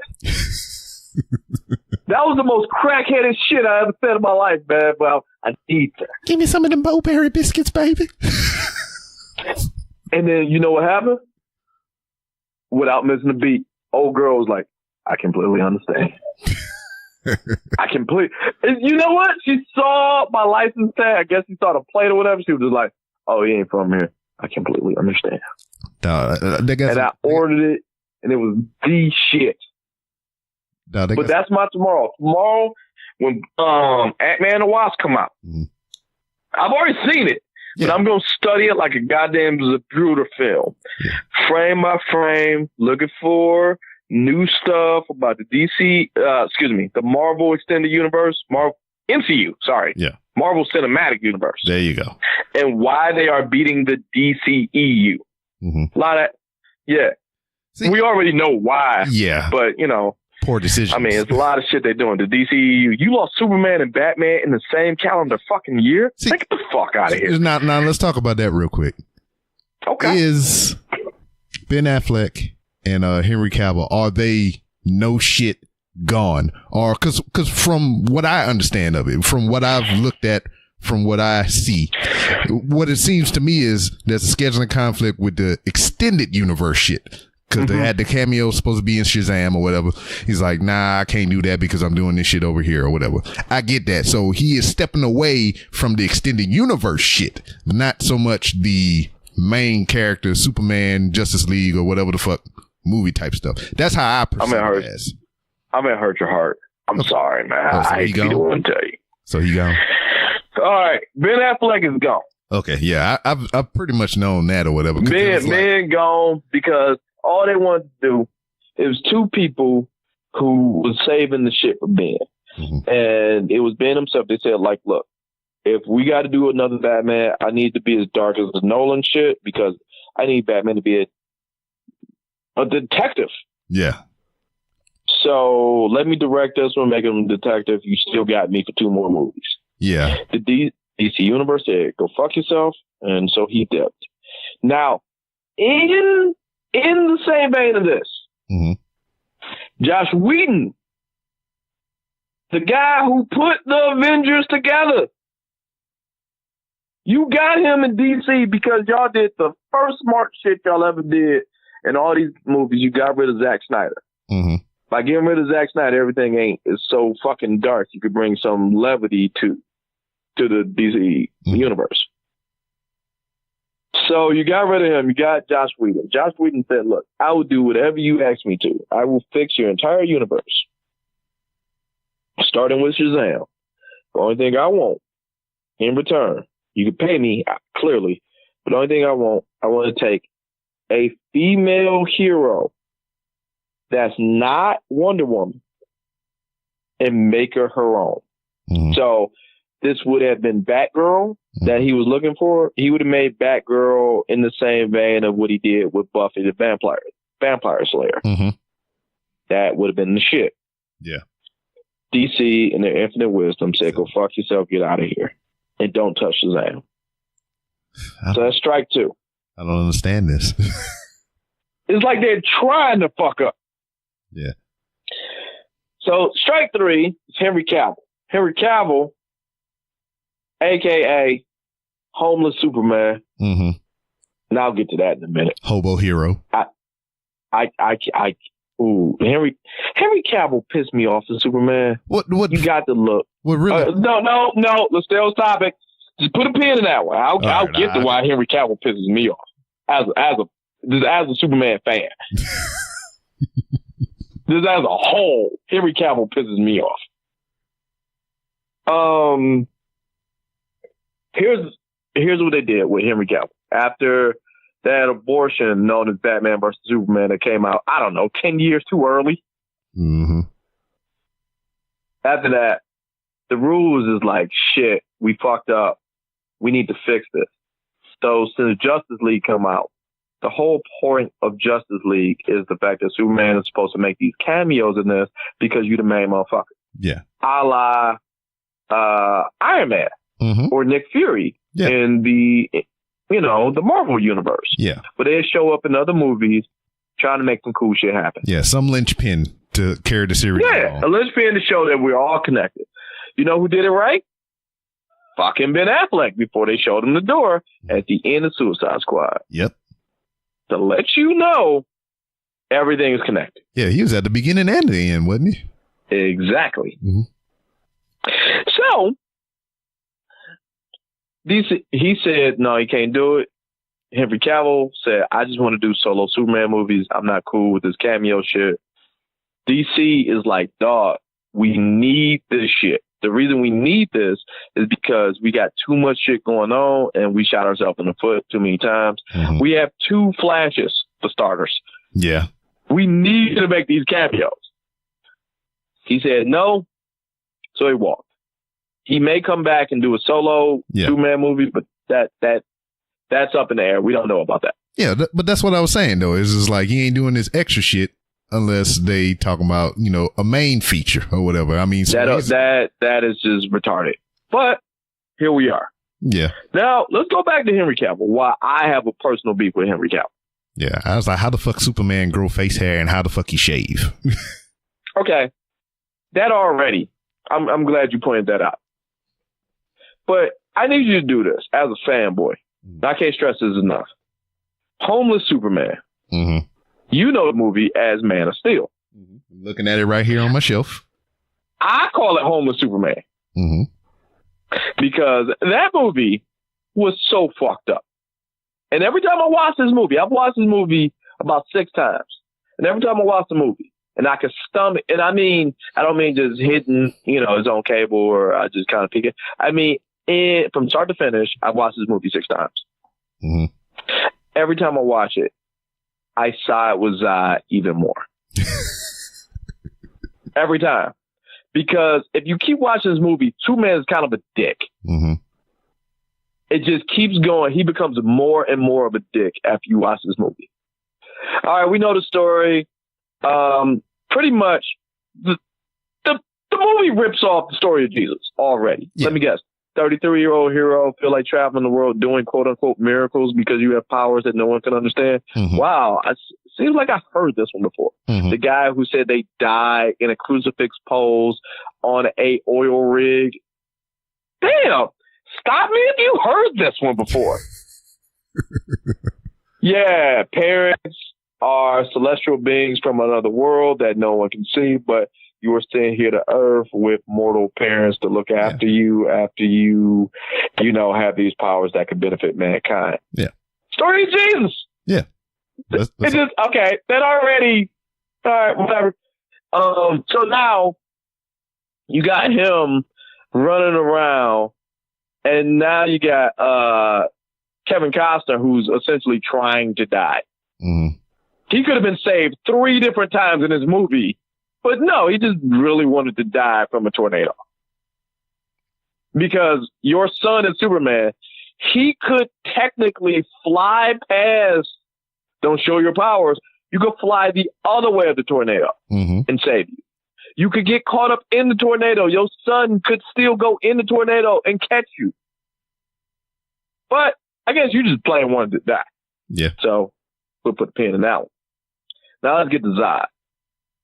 Zod, his whole job, Kryptonian, Zod is just surprised he's alive for the first 5 minutes of us seeing Zod. He thought he died. And he was like, fuck it, I died. I'm on this planet. I'm getting these powers from the yellow sun. This is some bullshit. But I'm here. The only job I got is to save the Kryptonian race. So I go to my ship. I'm Zod. I see this note that your punk ass daddy left. Hey, not for nothing. I put the entire Kryptonian DNA in his blood. Have fun with that shit, Zod. So Zod is like, fuck. So I got to find this motherfucker. So Zod goes out of his way. Him and his cousins find him on Earth. We go to Earth. We got essentially a contact high by being on this planet that gives this sun that gives us these weird ass powers that we not used to. Mm-hmm. We don't want to be here. You don't want us here. Zod goes to Superman. Hey, look, man. I'm your cousin. My name's Zod. I'm from Krypton. We are the last of our race. Here's what I'm finna do. I need to ask of a favor. You see the ship over there? We're going to restart and repopulate our entire civilization of Krypton, but I need something from you. Your daddy left the key to our civilization, your DNA. If you don't mind, can I have a little bit of your blood so we could jumpstart our own civilization? As you see, it's me. That's your cousin. She's female. Your cousin. He's male. We're going to take your DNA. We're going to take them, and we're going to repopulate Krypton in this ship. We got this shit that's blood fast as fuck in the ship. That's all we need. Just give me, I don't know, a pint of blood, and we'll be out of your hair. You can come visit the new Krypton if you want, but if you cool here, you cool here. Superman says no. Says, look, man, I'm only here because your daddy put the shit in your DNA. I don't even want to talk to you. He says no again. If you want my blood, you don't have to fight me for it. Zod says it should not have to come to this, but I am the savior of Krypton. My job is to make sure Krypton still lives when I'm still here. Okay? You are the only motherfucker because you stayed away from Social Security. You stayed away from Kryptonian Social Security, so we never gave you a job. All three of us, your older cousins and myself, we got jobs. Yeah, so my job is to make sure Krypton still lives. I like your rendition of this story better. Oh my God. This is it. Watch Man of Steel. This is it. So Superman says no again. So, all right, I guess we got to fight. So the cousins get pissed. They start fighting Superman, but they're on this new planet where they get these skills and powers that they ain't used to. So Superman makes short work of them. Zod hit him up one last time. Look, you on my ship. You really shouldn't be on my ship. You want me gone, but look, this is a digital rendition of what Krypton looks like right now. You see all the skulls and crossbones and the skeletons. Mm. My man, you can stop this shit right now. All I need is, I don't even need a pint of blood. I just need a little bit, whatever can fit in this needle, I'm good with. So then that happened. Fuck it. I'm just going to, Zod snap. I'm just going to kidnap you. Fuck it. I'm going to take a little bit of your blood. Oh, shit, we on Earth. I don't have a needle that can penetrate your skin. This is some bullshit. So I got to fly this bitch somewhere else. You get Win, you get Lois, oh goofy ass, help you get out of this shit. So now we got to fight. So you fight, you fuck up a city, mind you, in this fight. Because, A, you don't give a fuck about none of these people, Superman. Zod, I got these powers I can't control because I've been on your planet for way too goddamn long. I fight you. I get enough blood on my hand. Can I put this shit in the centrifuge? I can put this shit in the needle. Fuck it. I got enough. I'll start Krypton by myself. This is some bullshit. Goes to the ship. You know what he does? Suck a move. Blows up the ship. Superman, dick move. Blows up the ship. He was leaving. Zod is like, this is bullshit. Fights him again. Gets enough blood on him.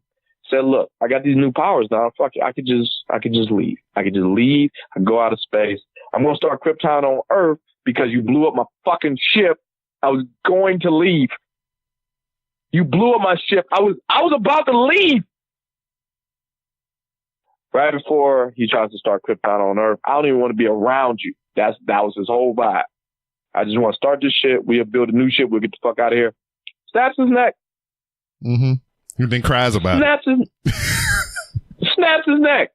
So now the last Kryptonian is your punk ass. And now the only thing you could do is just look, well, I stopped evil, but you killed so many people in the goddamn process. Yeah. And you made Batman mad. Oh, we ain't even jumping into that. If I jump into that goddamn movie, that's a whole other thing. But you killed so many people in the process. We're just talking about Man of Steel. Yeah. So you're supposed to be this protector. Your body count, you killed at least 200 people. Shit, more than that. I'm being generous by saying 200 people. No. So Man of Steel, a.k.a. Homeless Superman, when you watch that movie, you side with Zod. Every time I watch that movie, I lean more and more on Zod's side. Well, how do you feel about Infinity War? Did you side with Thanos? Loved it. Mm-hmm. Loved it. Loved it. I loved Infinity War because it offered up questions. Mm-hmm. Because I don't think the Infinity Gauntlet is the most powerful weapon in the universe no more. Uh-huh. Yeah, because it, spoilers, it fucked the hell up. Yeah, spoilers if you have not seen it. Yeah. Stormbreaker is. Yeah. And here's another thing. Spoilers again. I think Thanos is dying. Possibly. I think the Avengers 4 is about Thanos dying. Mm-hmm. Because if you peep game, when he threw Stormbreaker at him, he hit him in the chest. Mm-hmm. And if you go to that point, like I said, that's what I'm doing tomorrow. Go to it. When he snaps his fingers. Yeah, the glove fuck up. It just like the glove got fucked up. But here's another thing. Here's my theory on this. If you look at Thanos' wound, the wound was still there from Stormbreaker. Mm-hmm. But you see green and blue, like shiny shit around the wound that he got hit with Stormbreaker. Mm-hmm. So here's what I imagine. Two things in my theory. In my theory, he couldn't heal himself in time. Yeah. Huh? After Stormbreaker, that's where he said go for the head because he knew he was supposed to die. Yep. Theory 2, Thanos did die. Yeah, that was something people were talking about that like they all he did because he got caught up when he said half the population. He was in the half of the population that died. The fact that he possessed a soul jump, he could jump from the dead. That's why he had that little conversation with Gamora. Mm-hmm. And when he had that conversation, she said, pretty much she was asking him, was it worth it? Yeah. So he couldn't answer that question then. So when you see him, he still had the soul gem. That means he couldn't die truly. He brought himself back to life. But when he went back to his house, he went back to that farm. Spoilers. Mm-hmm. He was limping. He had armor on. He was limping, and he still had. You could still see where the cut was of Stormbreaker. Yeah. So he may not have died, but he's dying. Yeah. Yeah, because that would make sense for as far as the plot goes going forward. Because it's evident that they can't beat him. At full strength. We don't know that, but we don't know that. See, he was at full strength when it started. You could probably beat him now. Yeah, that's what I'm saying. Because he's dying and his mind fucked up. Because he's thinking, was it worth it? He's probably. Yeah. With that. Yeah. Tell me you still recording this shit. Oh yeah. I just paused it when we hung up. All right, yeah, that's my bad. Like, I got face fat, so like my face hit the button, and here we are. I understand. But yeah, take a look at that. But maybe I don't know. Maybe that's God or whoever you serve telling us, get the fuck off the phone. This podcast is long enough. Nah, we good. I still got a little bit because this is October 1st, and we starting our first night of the the Hollywood goddamn Halloween movies and shit. So we're gonna watch a scary movie every night all the way up until the 31st. What you starting with? We're gonna start with the OG Nightmare on Elm Street. So we're gonna watch the first one. He don't get the credit he deserves. No, he don't. he really doesn't. I really wish you would have watched. Like Freddy is cool. I'm not shitting on Freddy. Freddy's all right. But like, you want a horror story? Precious. Precious? Scares the shit out of me every time. like movies that scares the fuck out of me is shit that can happen. Like, I don't know if you remember. Based in reality, Early Colin Farrell. This movie scared the fuck out of me. Phone Booth. Oh yeah, I seen that. Yeah. I don't know if you remember that movie. That it was a deep cut. It's a deep cut. But back in the day, there were things called phone booths. Yes. And this is before everybody had a cell phone. And when that bitch rung, you kind of wanted to find out. Yeah, who the hell is calling this? Oh, who's on the other end? And he did it, and there was a goddamn sniper on him. The whole time. Oh my God. I would have fell for that every time. See, I would have fell for that. I had a little culture shock. I was working in San Antonio, and if you go down into the downtown area or whatever, they still got freaking payphones down there. And I was like, what the fuck is this? I mean, I knew what it was, but I was like, they still here? I picked it up. It had a dial tone. I was like, what the fuck? You need that. You need that. Like, you need that just to show how far we've become. I don't care if nobody uses it. Like, I'm talking to you currently on the cell phone. Everybody I know got a cell phone. My niece, who's really shouldn't have a cell phone, has a cell phone. Yeah. And it's a national treasure. Man, it's just, you need to show how far we've come. Because there was a piece where you just kind of like, oh shit, I can't talk to you right now. Like, if something bad happened, like how we just had this little mishap with my face fat and everything, I was in a little goddamn pocket. That was it. Yeah, we had no coins and shit. And no, let's just even think about that. I can remember in the end of 2002, 2003, I had to walk down the street, probably, half a block away from my house, to use the payphone to call my baby mama. Oh, man. I know that feeling, man. Growing up, I've been hit you. Man, this is some nostalgic shit. All right, growing up, going to school, right? I was a latchkey kid. So the whole point of it is, here's a key, take your ass home after school. Yeah. But one thing I would do, my mom and dad did this. If something happens between you and school, there's a dime. She would tape a dime in the inside of my shoe. Call somebody. Call somebody. You could hit a payphone, call somebody. A dime. And then call somebody, let them know where you at, get to safety. Yeah. That's real shit. A fucking dime. Like, you talk about 2000, 2003. The last time I saw a payphone, it was like 35 cents. Yeah.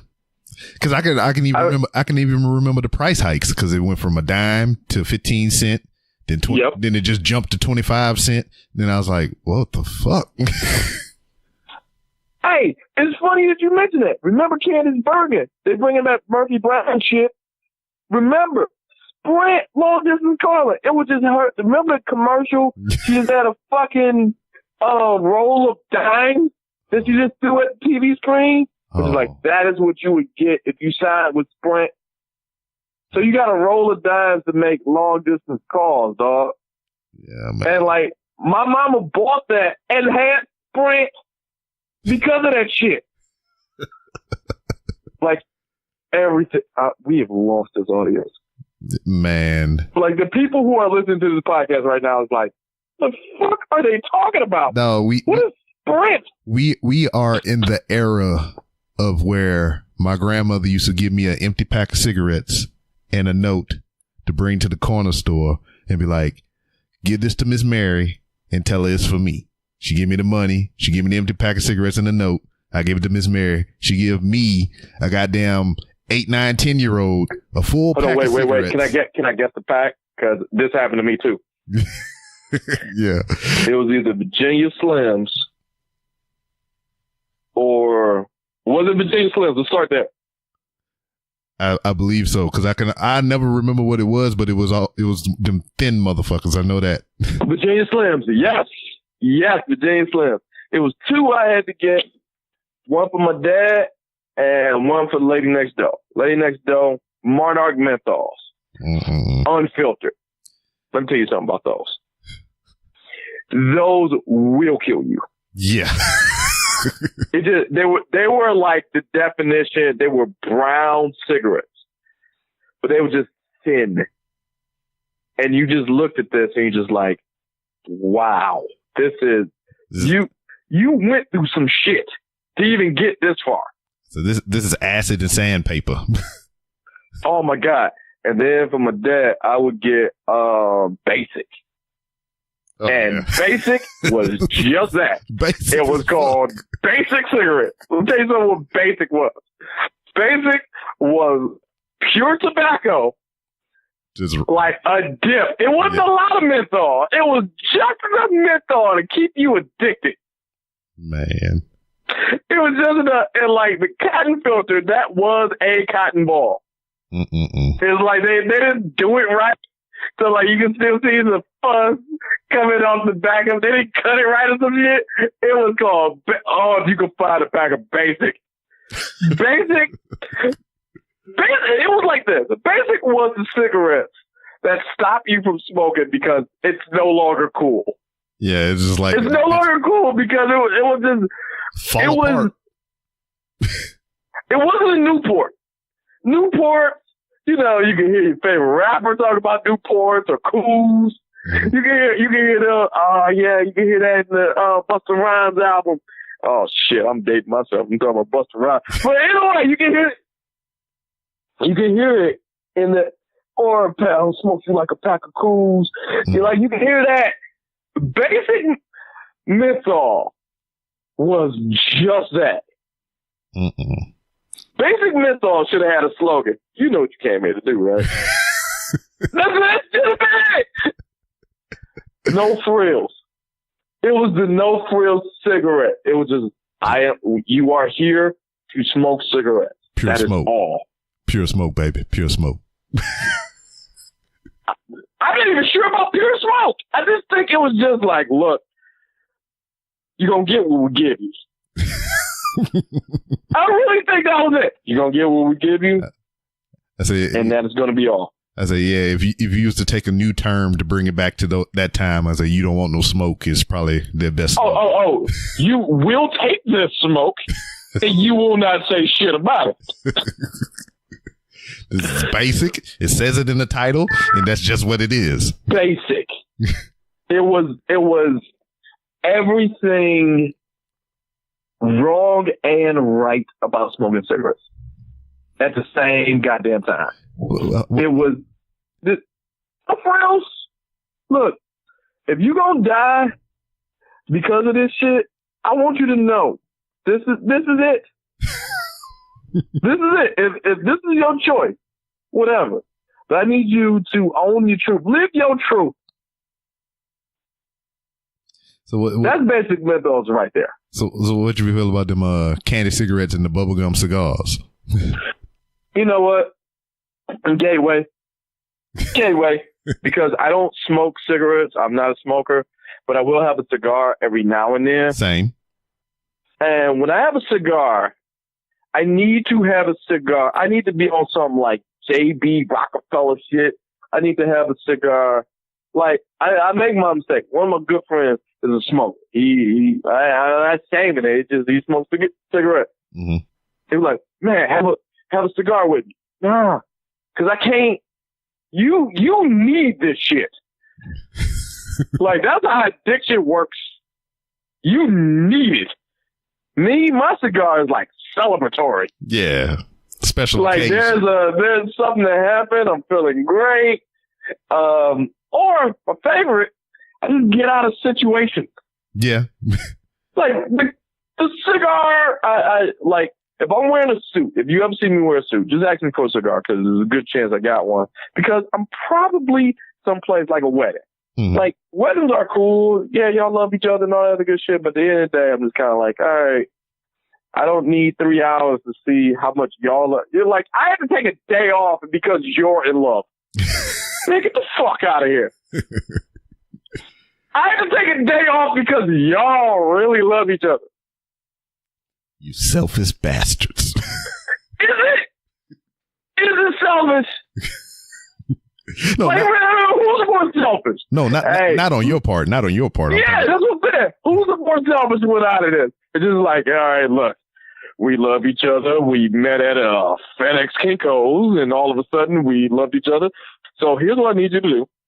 I need you to take off a Saturday. You know that day everyone fights for? You know that day they make fucking songs about? SATURDAY. Oh, yeah. SATU. Yeah. Do you know this song? They make songs out of this. Yeah, fuck that. Take that day off to watch me and some girl that I like just pledge our love for each other. And then I need you to keep that day off because we're going to wait at this place where you give us gifts, and believe it or not, we're going to dance and we're going to do all the shit you don't do currently, and we're going to make you look like a shitty person in between. Mm-hmm. And then we're going to have Bojangles for catering. There we go. Like, at my wedding, I married my wife. I spent that day apologizing to people. Hey, man, I'm sorry, man, for keeping you out of work for this shit. Hey, man, my bad, dog. My bad. I wanted a wedding. You know what I wanted my wedding? I wanted my wedding on a Wednesday afternoon. Hump day. The reason being, because if you had to go to work, I'm your excuse to get the fuck up out of there. Yeah. I saved your shit. Then on top of that, ain't really, you know, we just gonna be chilling, so here we are.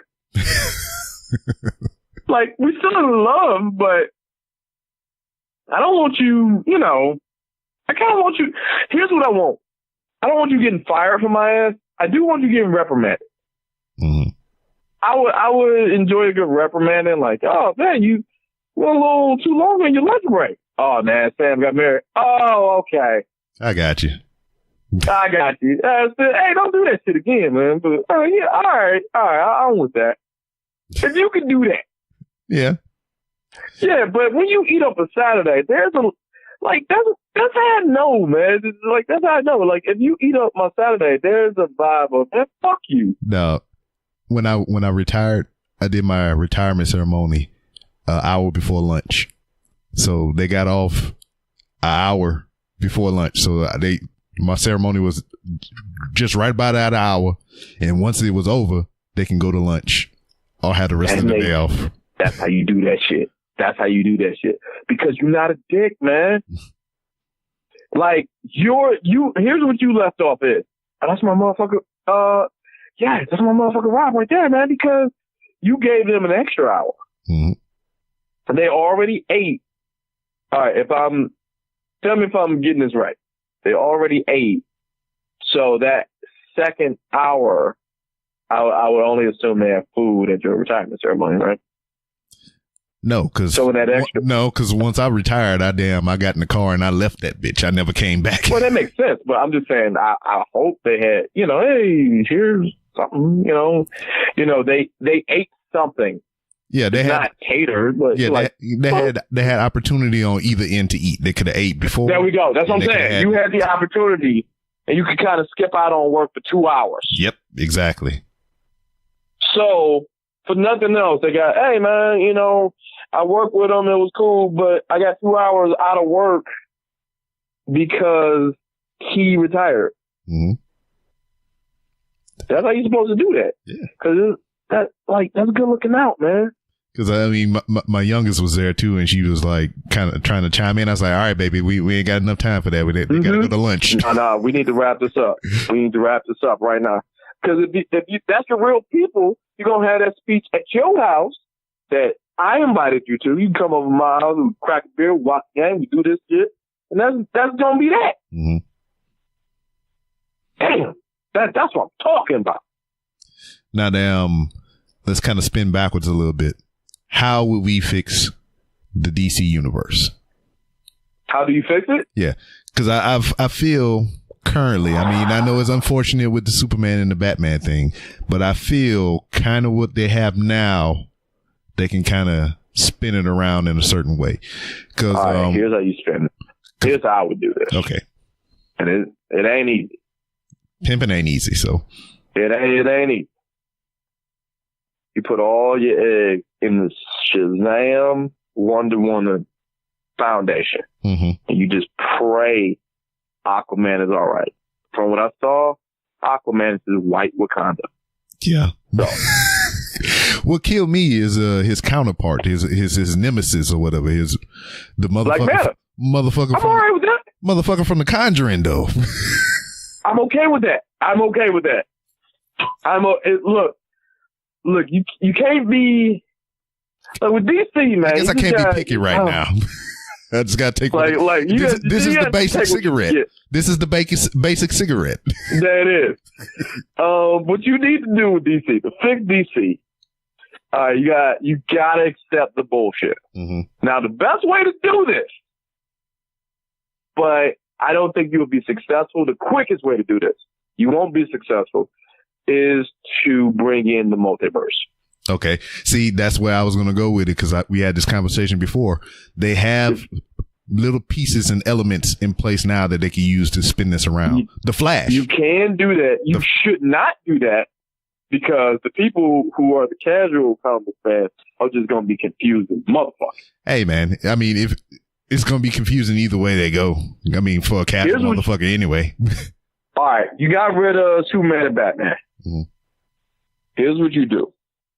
You bring in, if you can't salvage your relationships with them, you pin all the shit on Wonder Woman.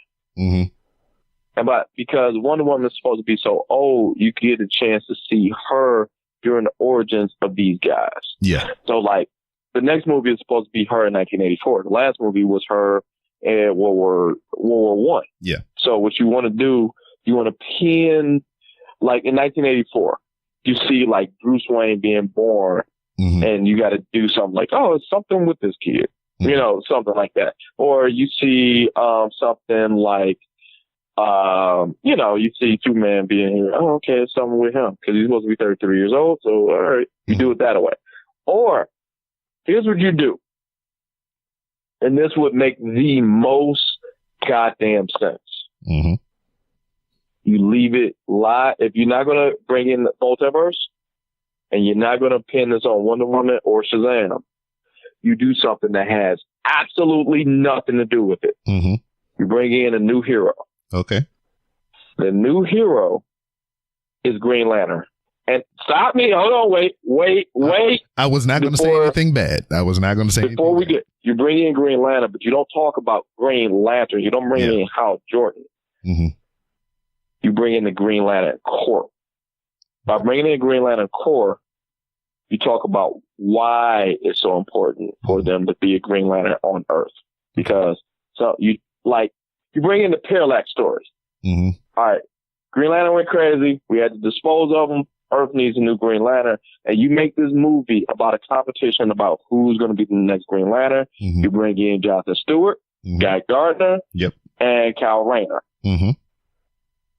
You make Jonathan Stewart exactly who he is. I'll tell you, Jonathan Stewart right now, if you could do this, if I'm casting, what's my man from This Is Us? Sterling K. Shepard? Yeah, the motherfucker that was from This Is Us. Yeah. Mm-hmm. He was you get him. He was the brother in Black Panther, wasn't he? Exactly. Yeah.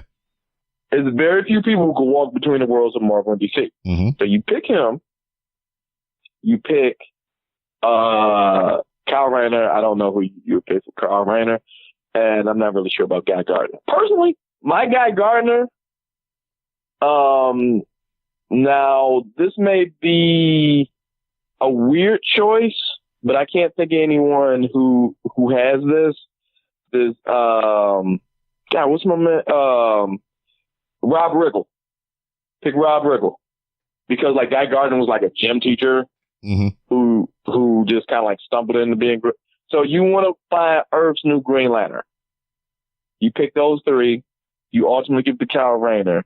If Kyle Rayner is in this world where he doesn't know what works and what doesn't work, and now you jumpstart this because since he's uber powerful, you're making Superman without making Superman. You can bring in the Justice League, and you bring in his story of the Justice League. His story of the Justice League is, I can kill all of y'all, but I'm not worthy because I respect y'all. So get y'all shit together. Yeah. From what that is the sentiment. And you fix that with that message, y'all get y'all shit together, but then you'll have another person who play Batman. They're like, look, man, there's a lot of shit going on in Gotham. You have another Superman, and you have the, like, weird jealousy that Superman has with Green Lantern. Whereas, like, yeah, I can do what you're doing, but the reason you should not push yourself to this limit is because everyone's going to need help, and you have them creating these, like, life lessons for Kyle Rayner. And I'm using it just based on what I have from the book. So they're teaching shit to Kyle Rayner, but then they got to look at themselves like, why do we say the shit we say? We should start doing the things we do. Then you build it off the backs of that. Yeah, because from what I'm totally ripping off Marvel. Yeah, from what I understand, I thought they was already gonna do a Green Lantern Corps movie. Yeah, but the movie that we saw, Green Lantern, was so shitty they didn't want to put no more money into it. Okay. But the reason I know this will work because they did this with Spider-Man. Yeah. Remember, Spider-Man, this is the third Spider-Man we've never had, right? Yeah.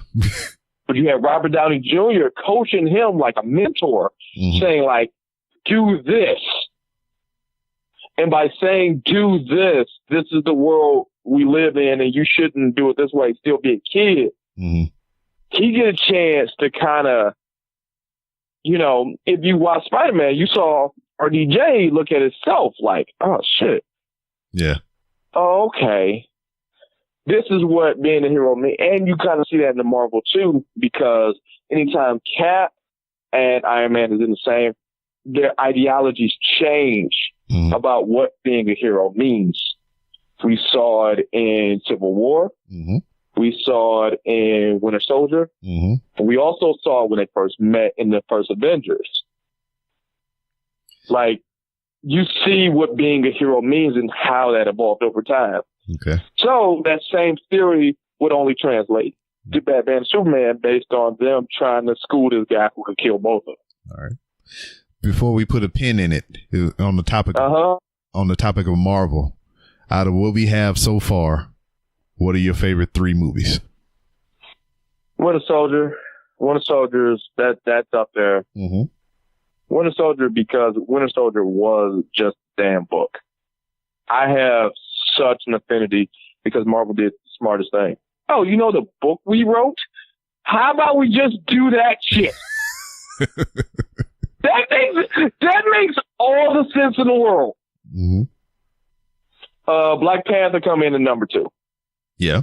Now, I know it's supposed to be flip-flop, but I do have little and very, very, very nitpicky problems with Black Panther. Yeah, because I think like they got the whole thing wrong with like the spirit realm and boss and all the other shit, right? No, they got that right. Okay. The thing that I got wrong, they got wrong, but if they fixed this problem, this movie would have been 6 hours. Yeah. It is, man. You got to talk about Shuri a little bit more. Shuri is his kid sister, and Shuri was down with him, but one thing she fucking hates is the Avengers. Shuri, I don't want to say hate. She's indifferent to the Avengers because it's like, you took my brother from me. Yeah. While he's playing in the U.S. with y'all, he's totally neglecting his responsibilities here. And since he's been gone, we had to have like 2 or 3 other Black Panthers. Shit, I'm one of them. I wish Shuri would have talked about the third suit. If you go and watch Black Panther, she presents him with 3 suits, remember? He took the one, Killmonger got the other, but the third suit was hers. Well, I thought that was the third suit was his original suit before he took the purple suit. The purple one was the one, remember, she said, I'm working on 3 suits. She said, I'm working on new armor for you. Mm-hmm. The armor he chose is the one he used in the movie, obviously. Yeah. The second one with the gold medallion. Killmonger. That was with Killmonger. Mm-hmm. But hers, if you look, is the third mannequin that he knocked down. That's her suit because she was Black Panther. And she's like the best Black Panther. Yeah, that's what I've heard.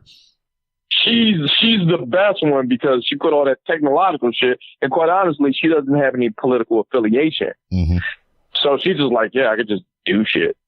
So, and the third movie that I think, honestly, the third movie in the Marvel Universe, I probably kept some shit for this one. Iron Man 1, the first one. Yeah, because I mean, it was basically the catalyst that and it was the thing that started it all up. Mm-hmm. And when you plan and you bet and you plan this shit based on one person, is that all right, Robert Downey Jr., we need you for 7 movies, all for real. We planning this big shit and it's all gonna rest on this movie. Mm-hmm. Said yeah, some shit I probably would have changed in there, but having the Ironmonger instead of Iron Man or Mandarin.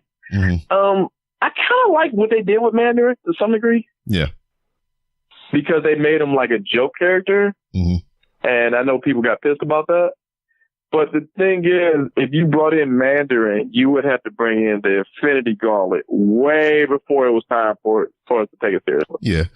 And see, and that's the thing for me, because, like, I mean, obviously you're well versed in the comic books and everything. Like me, I have no knowledge of it, and I only know from when I see in the movies. But at the same time, because of people like you that I speak with, mm-hmm. you know, I've got a little bit of an education in between times and everything. So, you know, I like kind of having it that way because, I mean, I don't go into a movie like, oh man, they didn't do this. They didn't do this. They shouldn't have done this and all kind of stuff. I mean, it's like a fresh set of, you know, things for me, you know, and I rather enjoy that. But, when you watch the movies, there's some stuff that sticks out to the comic book kids. But the reason I pick those movies is because those are universally the best laid movies in which you can watch those straight up. Yeah. And get. Yeah. Like, because I mean, Black Panther by itself, it was just like they gave you the standalone movie. Yeah, they gave you the flashbacks in the beginning to kind of get you to wherever you needed to be, and it was just like that's it. I mean, they could have just made this one movie and been all right. Like Winter Soldier. The reason Winter Soldier beats Black Panther for me is because that's a spy thriller. Mm-hmm. That is what that is. I have one super soldier. I have another super soldier. We don't talk about that. We bring the super soldier out when we have to kill someone. Mm-hmm. We need to kill someone and we need to get this off the books. Yeah. As a whole. So we bring this super soldier in to kill this one guy, and then we bring him back and we erase his memory immediately. Mm-hmm. And nobody knows shit. Exactly. It's a spy thriller. Yeah. So I guess that's my answer. Yeah, I mean, I agree. I mean, I think I fall in line with those 3 movies.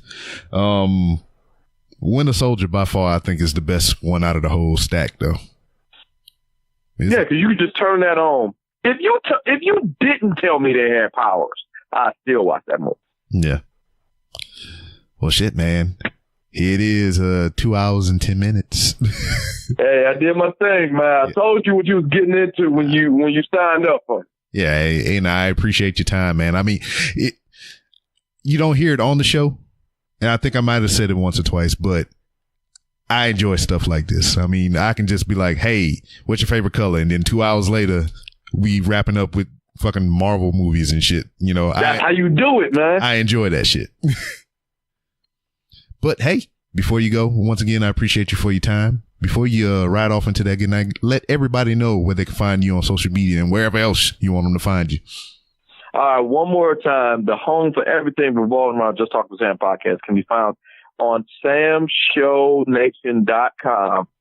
I'm on Instagram at Just Talk with Sam, no G and Talkin. You can email the podcast, Just Talk with Sam, no G and Talkin, at Gmail, Just Talk with Sam on Facebook. The only thing that's not Just Talk with Sam is Instagram. Twitter. I'm SamShow11 on Twitter. Everything else can be found at our homepage at samshownation.com. And if you are a fan of the show Detroiters, well, this already happened, but I guess if you got the app, go to Comedy Central. I am in the last episode, season 10.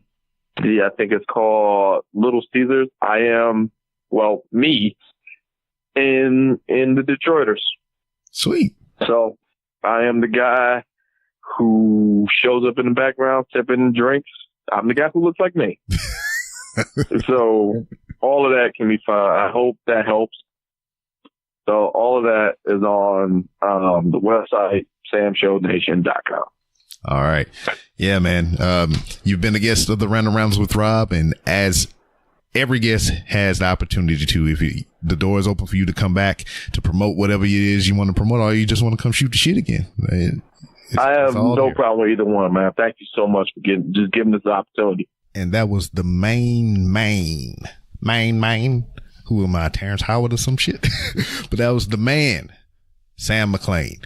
It was a great conversation. I just love hearing this dude talk. We spoke quite a bit about Bill Cosby throughout this whole ordeal, and just hearing him talk and hearing his mannerisms and everything and all the other stuff or whatever, just his cadence and his voice and everything. He kind of sound like Bill Cosby to me.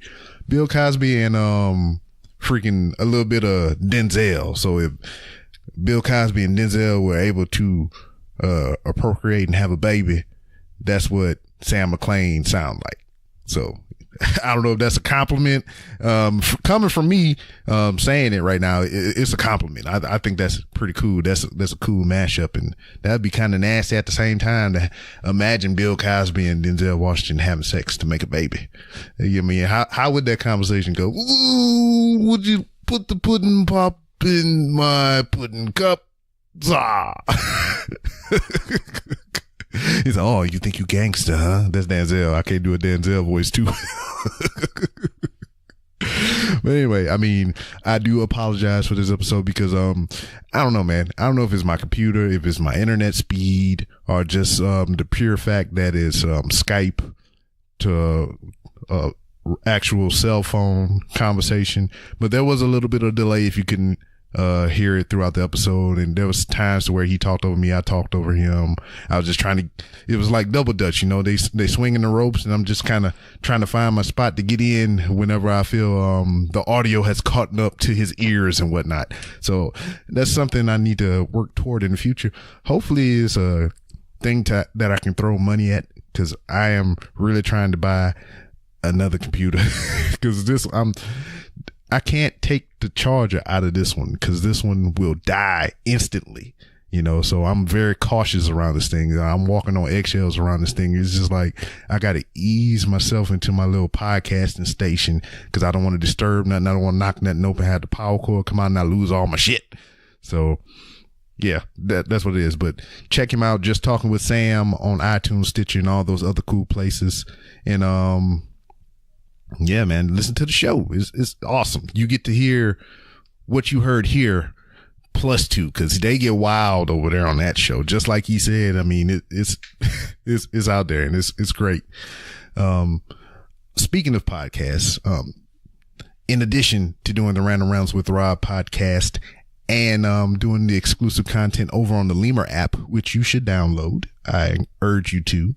I'm almost at 60 followers. I'm on a mission to get 100 followers. So if you're hearing me, pretty please go to your Android device, that inferior piece of shit, and your Apple device and your Windows phone or whatever you have. Go to your app store and download the Lemur app and look for my show. Follow my show. I'm on a mission to get 100 follows. I've talked to the CEO, the owner of the Lemur app, and he's going to hook me up with something cool. So, I mean, no. It's a good app. It's a great community. You can respond with your voice to podcasts or the stuff that you hear on there. So if you're listening to one of my episodes that I post on there, you can respond to that episode just by recording some audio straight into your phone, and it'll upload, and it's cool. It's awesome. I'm not telling you just to download the app to your phone, give me a follow, then uninstall the app. Don't do that. I mean, you could do that, but don't do that. But yeah, follow me on Lemur. It's at 3R Show, just like the Twitter at 3R Show. And if you're hip and trendy, you should be also following at 3R Show 2 TOO on Twitter. And while I'm in the plugs of Twitter, you can follow my personal Twitter account at It's B-Rob. That's ITSBROB. So Lemur app, download it. So in addition to the exclusive content I do on the Lemur app, the Random Rambles with Rob podcast that you're listening to right now, I have started a third podcast. Well, a second podcast in full, but you know, an additional thing that I do here. It is a strictly professional wrestling podcast. So the name of this podcast is Wrestling is Trash. Now I know what you're thinking. As soon as you hear the title, Wrestling is Trash, you think I'm gonna be sitting here talking shit about professional wrestling, downplaying and all that thing. Quite the contrary. It's not that at all. I mean, there's gonna be some trash talking because all professional wrestling fans have that shit talkability inside of them. They always got to talk shit about something, someone, a booking decision, whatever the case may be. There's always going to be some shit talking. So some trash talking will ensue. But it's just something that popped in my head. I when I was back doing Pipe Bomb with McCool and Company, which it was a wrestling podcast that I was a part of. I started a wrestling Twitter account catering to some of the conversations that we would have on that podcast. We would talk about professional wrestling and female wrestlers. You know, we coined the phrase waterfall mania. So originally the Twitter account that I have for the new podcast, Wrestling is Trash, you can follow it now at Wrestling Be Trash. And the only reason it's not Wrestling is Trash, not because it's taken on Twitter. No, because for me to put one more letter in there, it's too long for the Twitter account name. So instead of Wrestling is Trash, I got Wrestling Be Trash. You know, Ebonics, I'm black. You know, I got to talk with the slang. You know, Wrestling Be Trash, son. I sound like a Cosby kid just did. But yeah, check out the show. But originally, I started that Twitter account to post nothing about, nothing but pictures about the female wrestlers that we would speak about. And sometimes I would, so if you go back all the way to the beginning of that timeline, it's just a whole bunch of pictures of female wrestlers and some scantily clad females that I found on Tumblr that I just posted up there for no reason. And the original name for the account was Waterfalls or something like that. Or it was something like that, but it had waterfalls in the title, So after a while, I started finding myself, instead of just posting pictures of female professional wrestlers, I would post GIFs of professional wrestling that I found that was awesome and just other wrestling articles. So the name popped in my head, Wrestle Trash. So I was like, it struck a chord in me. It's like the name, when I said it in my head, was like, cool, I'll use that. So Wrestle Trash. The name was available on Twitter, and then I did a hashtag search, and I found that there is a wrestling news organization called Wrestling Trash.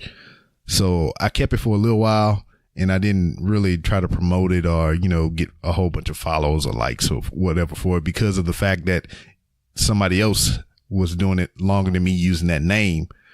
So just all the time that I was talking about professional wrestling and having conversation with my friends and everything. And, this is long removed from the Pipe Bomb and McCool and Company. I still had the itch to talk professional wrestling. So I had it in my head that, I would just do it real small. I would put episodes out there when I felt like it. I'll have some guests on there. We just bullshit and talk about wrestling. I'm not going to be, I don't know. It's going to be a project. I mean, I speak of this on episode 1 of the thing. I encourage you to go listen to it, because what I'm talking about now, I talked about over there. So I'm repeating myself. But then again, if you don't like professional wrestling, you might not go over there. So I should repeat myself.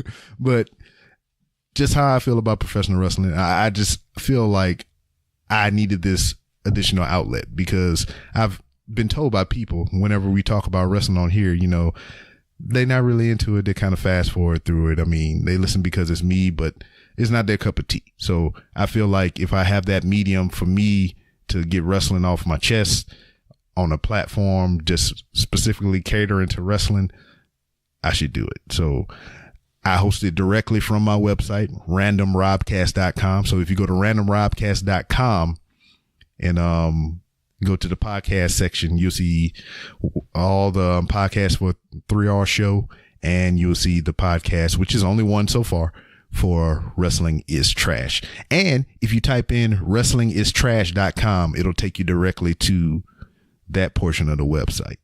And speaking of the website, randomrobcast.com, you can go to randomrobcast.com and find different ways that you can help support the show, help it grow, hopefully help me get a computer one day that I can do some decent shit on.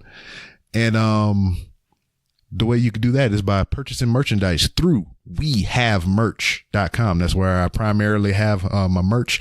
There's also some other stores up there that I've done in the past, like spreadshirts.com and represent.com. If you go to randomrobcast.com, all the links for those places are there. So any way you go, you can find different ways to help support the show. There's Amazon links. You click on it, it'll take you to Amazon. You shop like you normally do, and I get a little bit of kickback off of your purchase, and you don't pay anything extra. There's also free 30-day trials for Amazon Prime on there, and a wish list of things that I need or would want to help make this show better quality or produce some other elements into pertaining of this show. There's an Amazon wish list. You can purchase items off there. You can be a patron of the show through Podbean. You can be a patron of the show. It's like Patreon or patron. You know, you donate to the show monthly, starting low as $1. You can help support the show monetarily, just like Brandon McIntyre, Glenn Abbott, King Ajar, Bob Hines, and Robert Cook. Appreciate those gentlemen very much. But hey, that's just some of the things that you can do. But what's most important, you don't have to give me a dime of your money. The most important thing that you could do for this podcast, the Just Talking with Sam podcast, and any other podcast that you listen to, is like, subscribe, retweet, interact with the show, write a review, 5 stars preferably. But if you write anything 4 stars and below, put in that constructive criticism. Give us some feedback so we can know how we can tailor the show to, you know, be better for you. It make it a better place for you and for me with the pudding pops. All right. That's enough. Once again, follow me on Twitter. Follow me on Instagram where you can, while I walk the hollow halls of Walmart, and listen to the new podcast, Wrestling is Trash. Don't forget our sponsors. You can go to studio.com and get 15% off your order by using promo code 3RShow15. Also, you can go to hooksrubsandspices.etsy.com and get 10% off your order, $6 or more, when you use promo code 3RShow. And also, if you go to studio.com, man, they got some new styles of headphones on there. They got another high-end brand on there, the Kalar or whatever. They from Sweden. They is fancy. They is fresh. I'm trying to get me a pair right now. So go on over there, get you 15% off that order by using promo code 3RShow15 or 3RShow, whatever you prefer. You know, if you use 3RShow, you know, that's 2 digits that you don't have to put on the end. There's less typing for you. And I'll see you next time.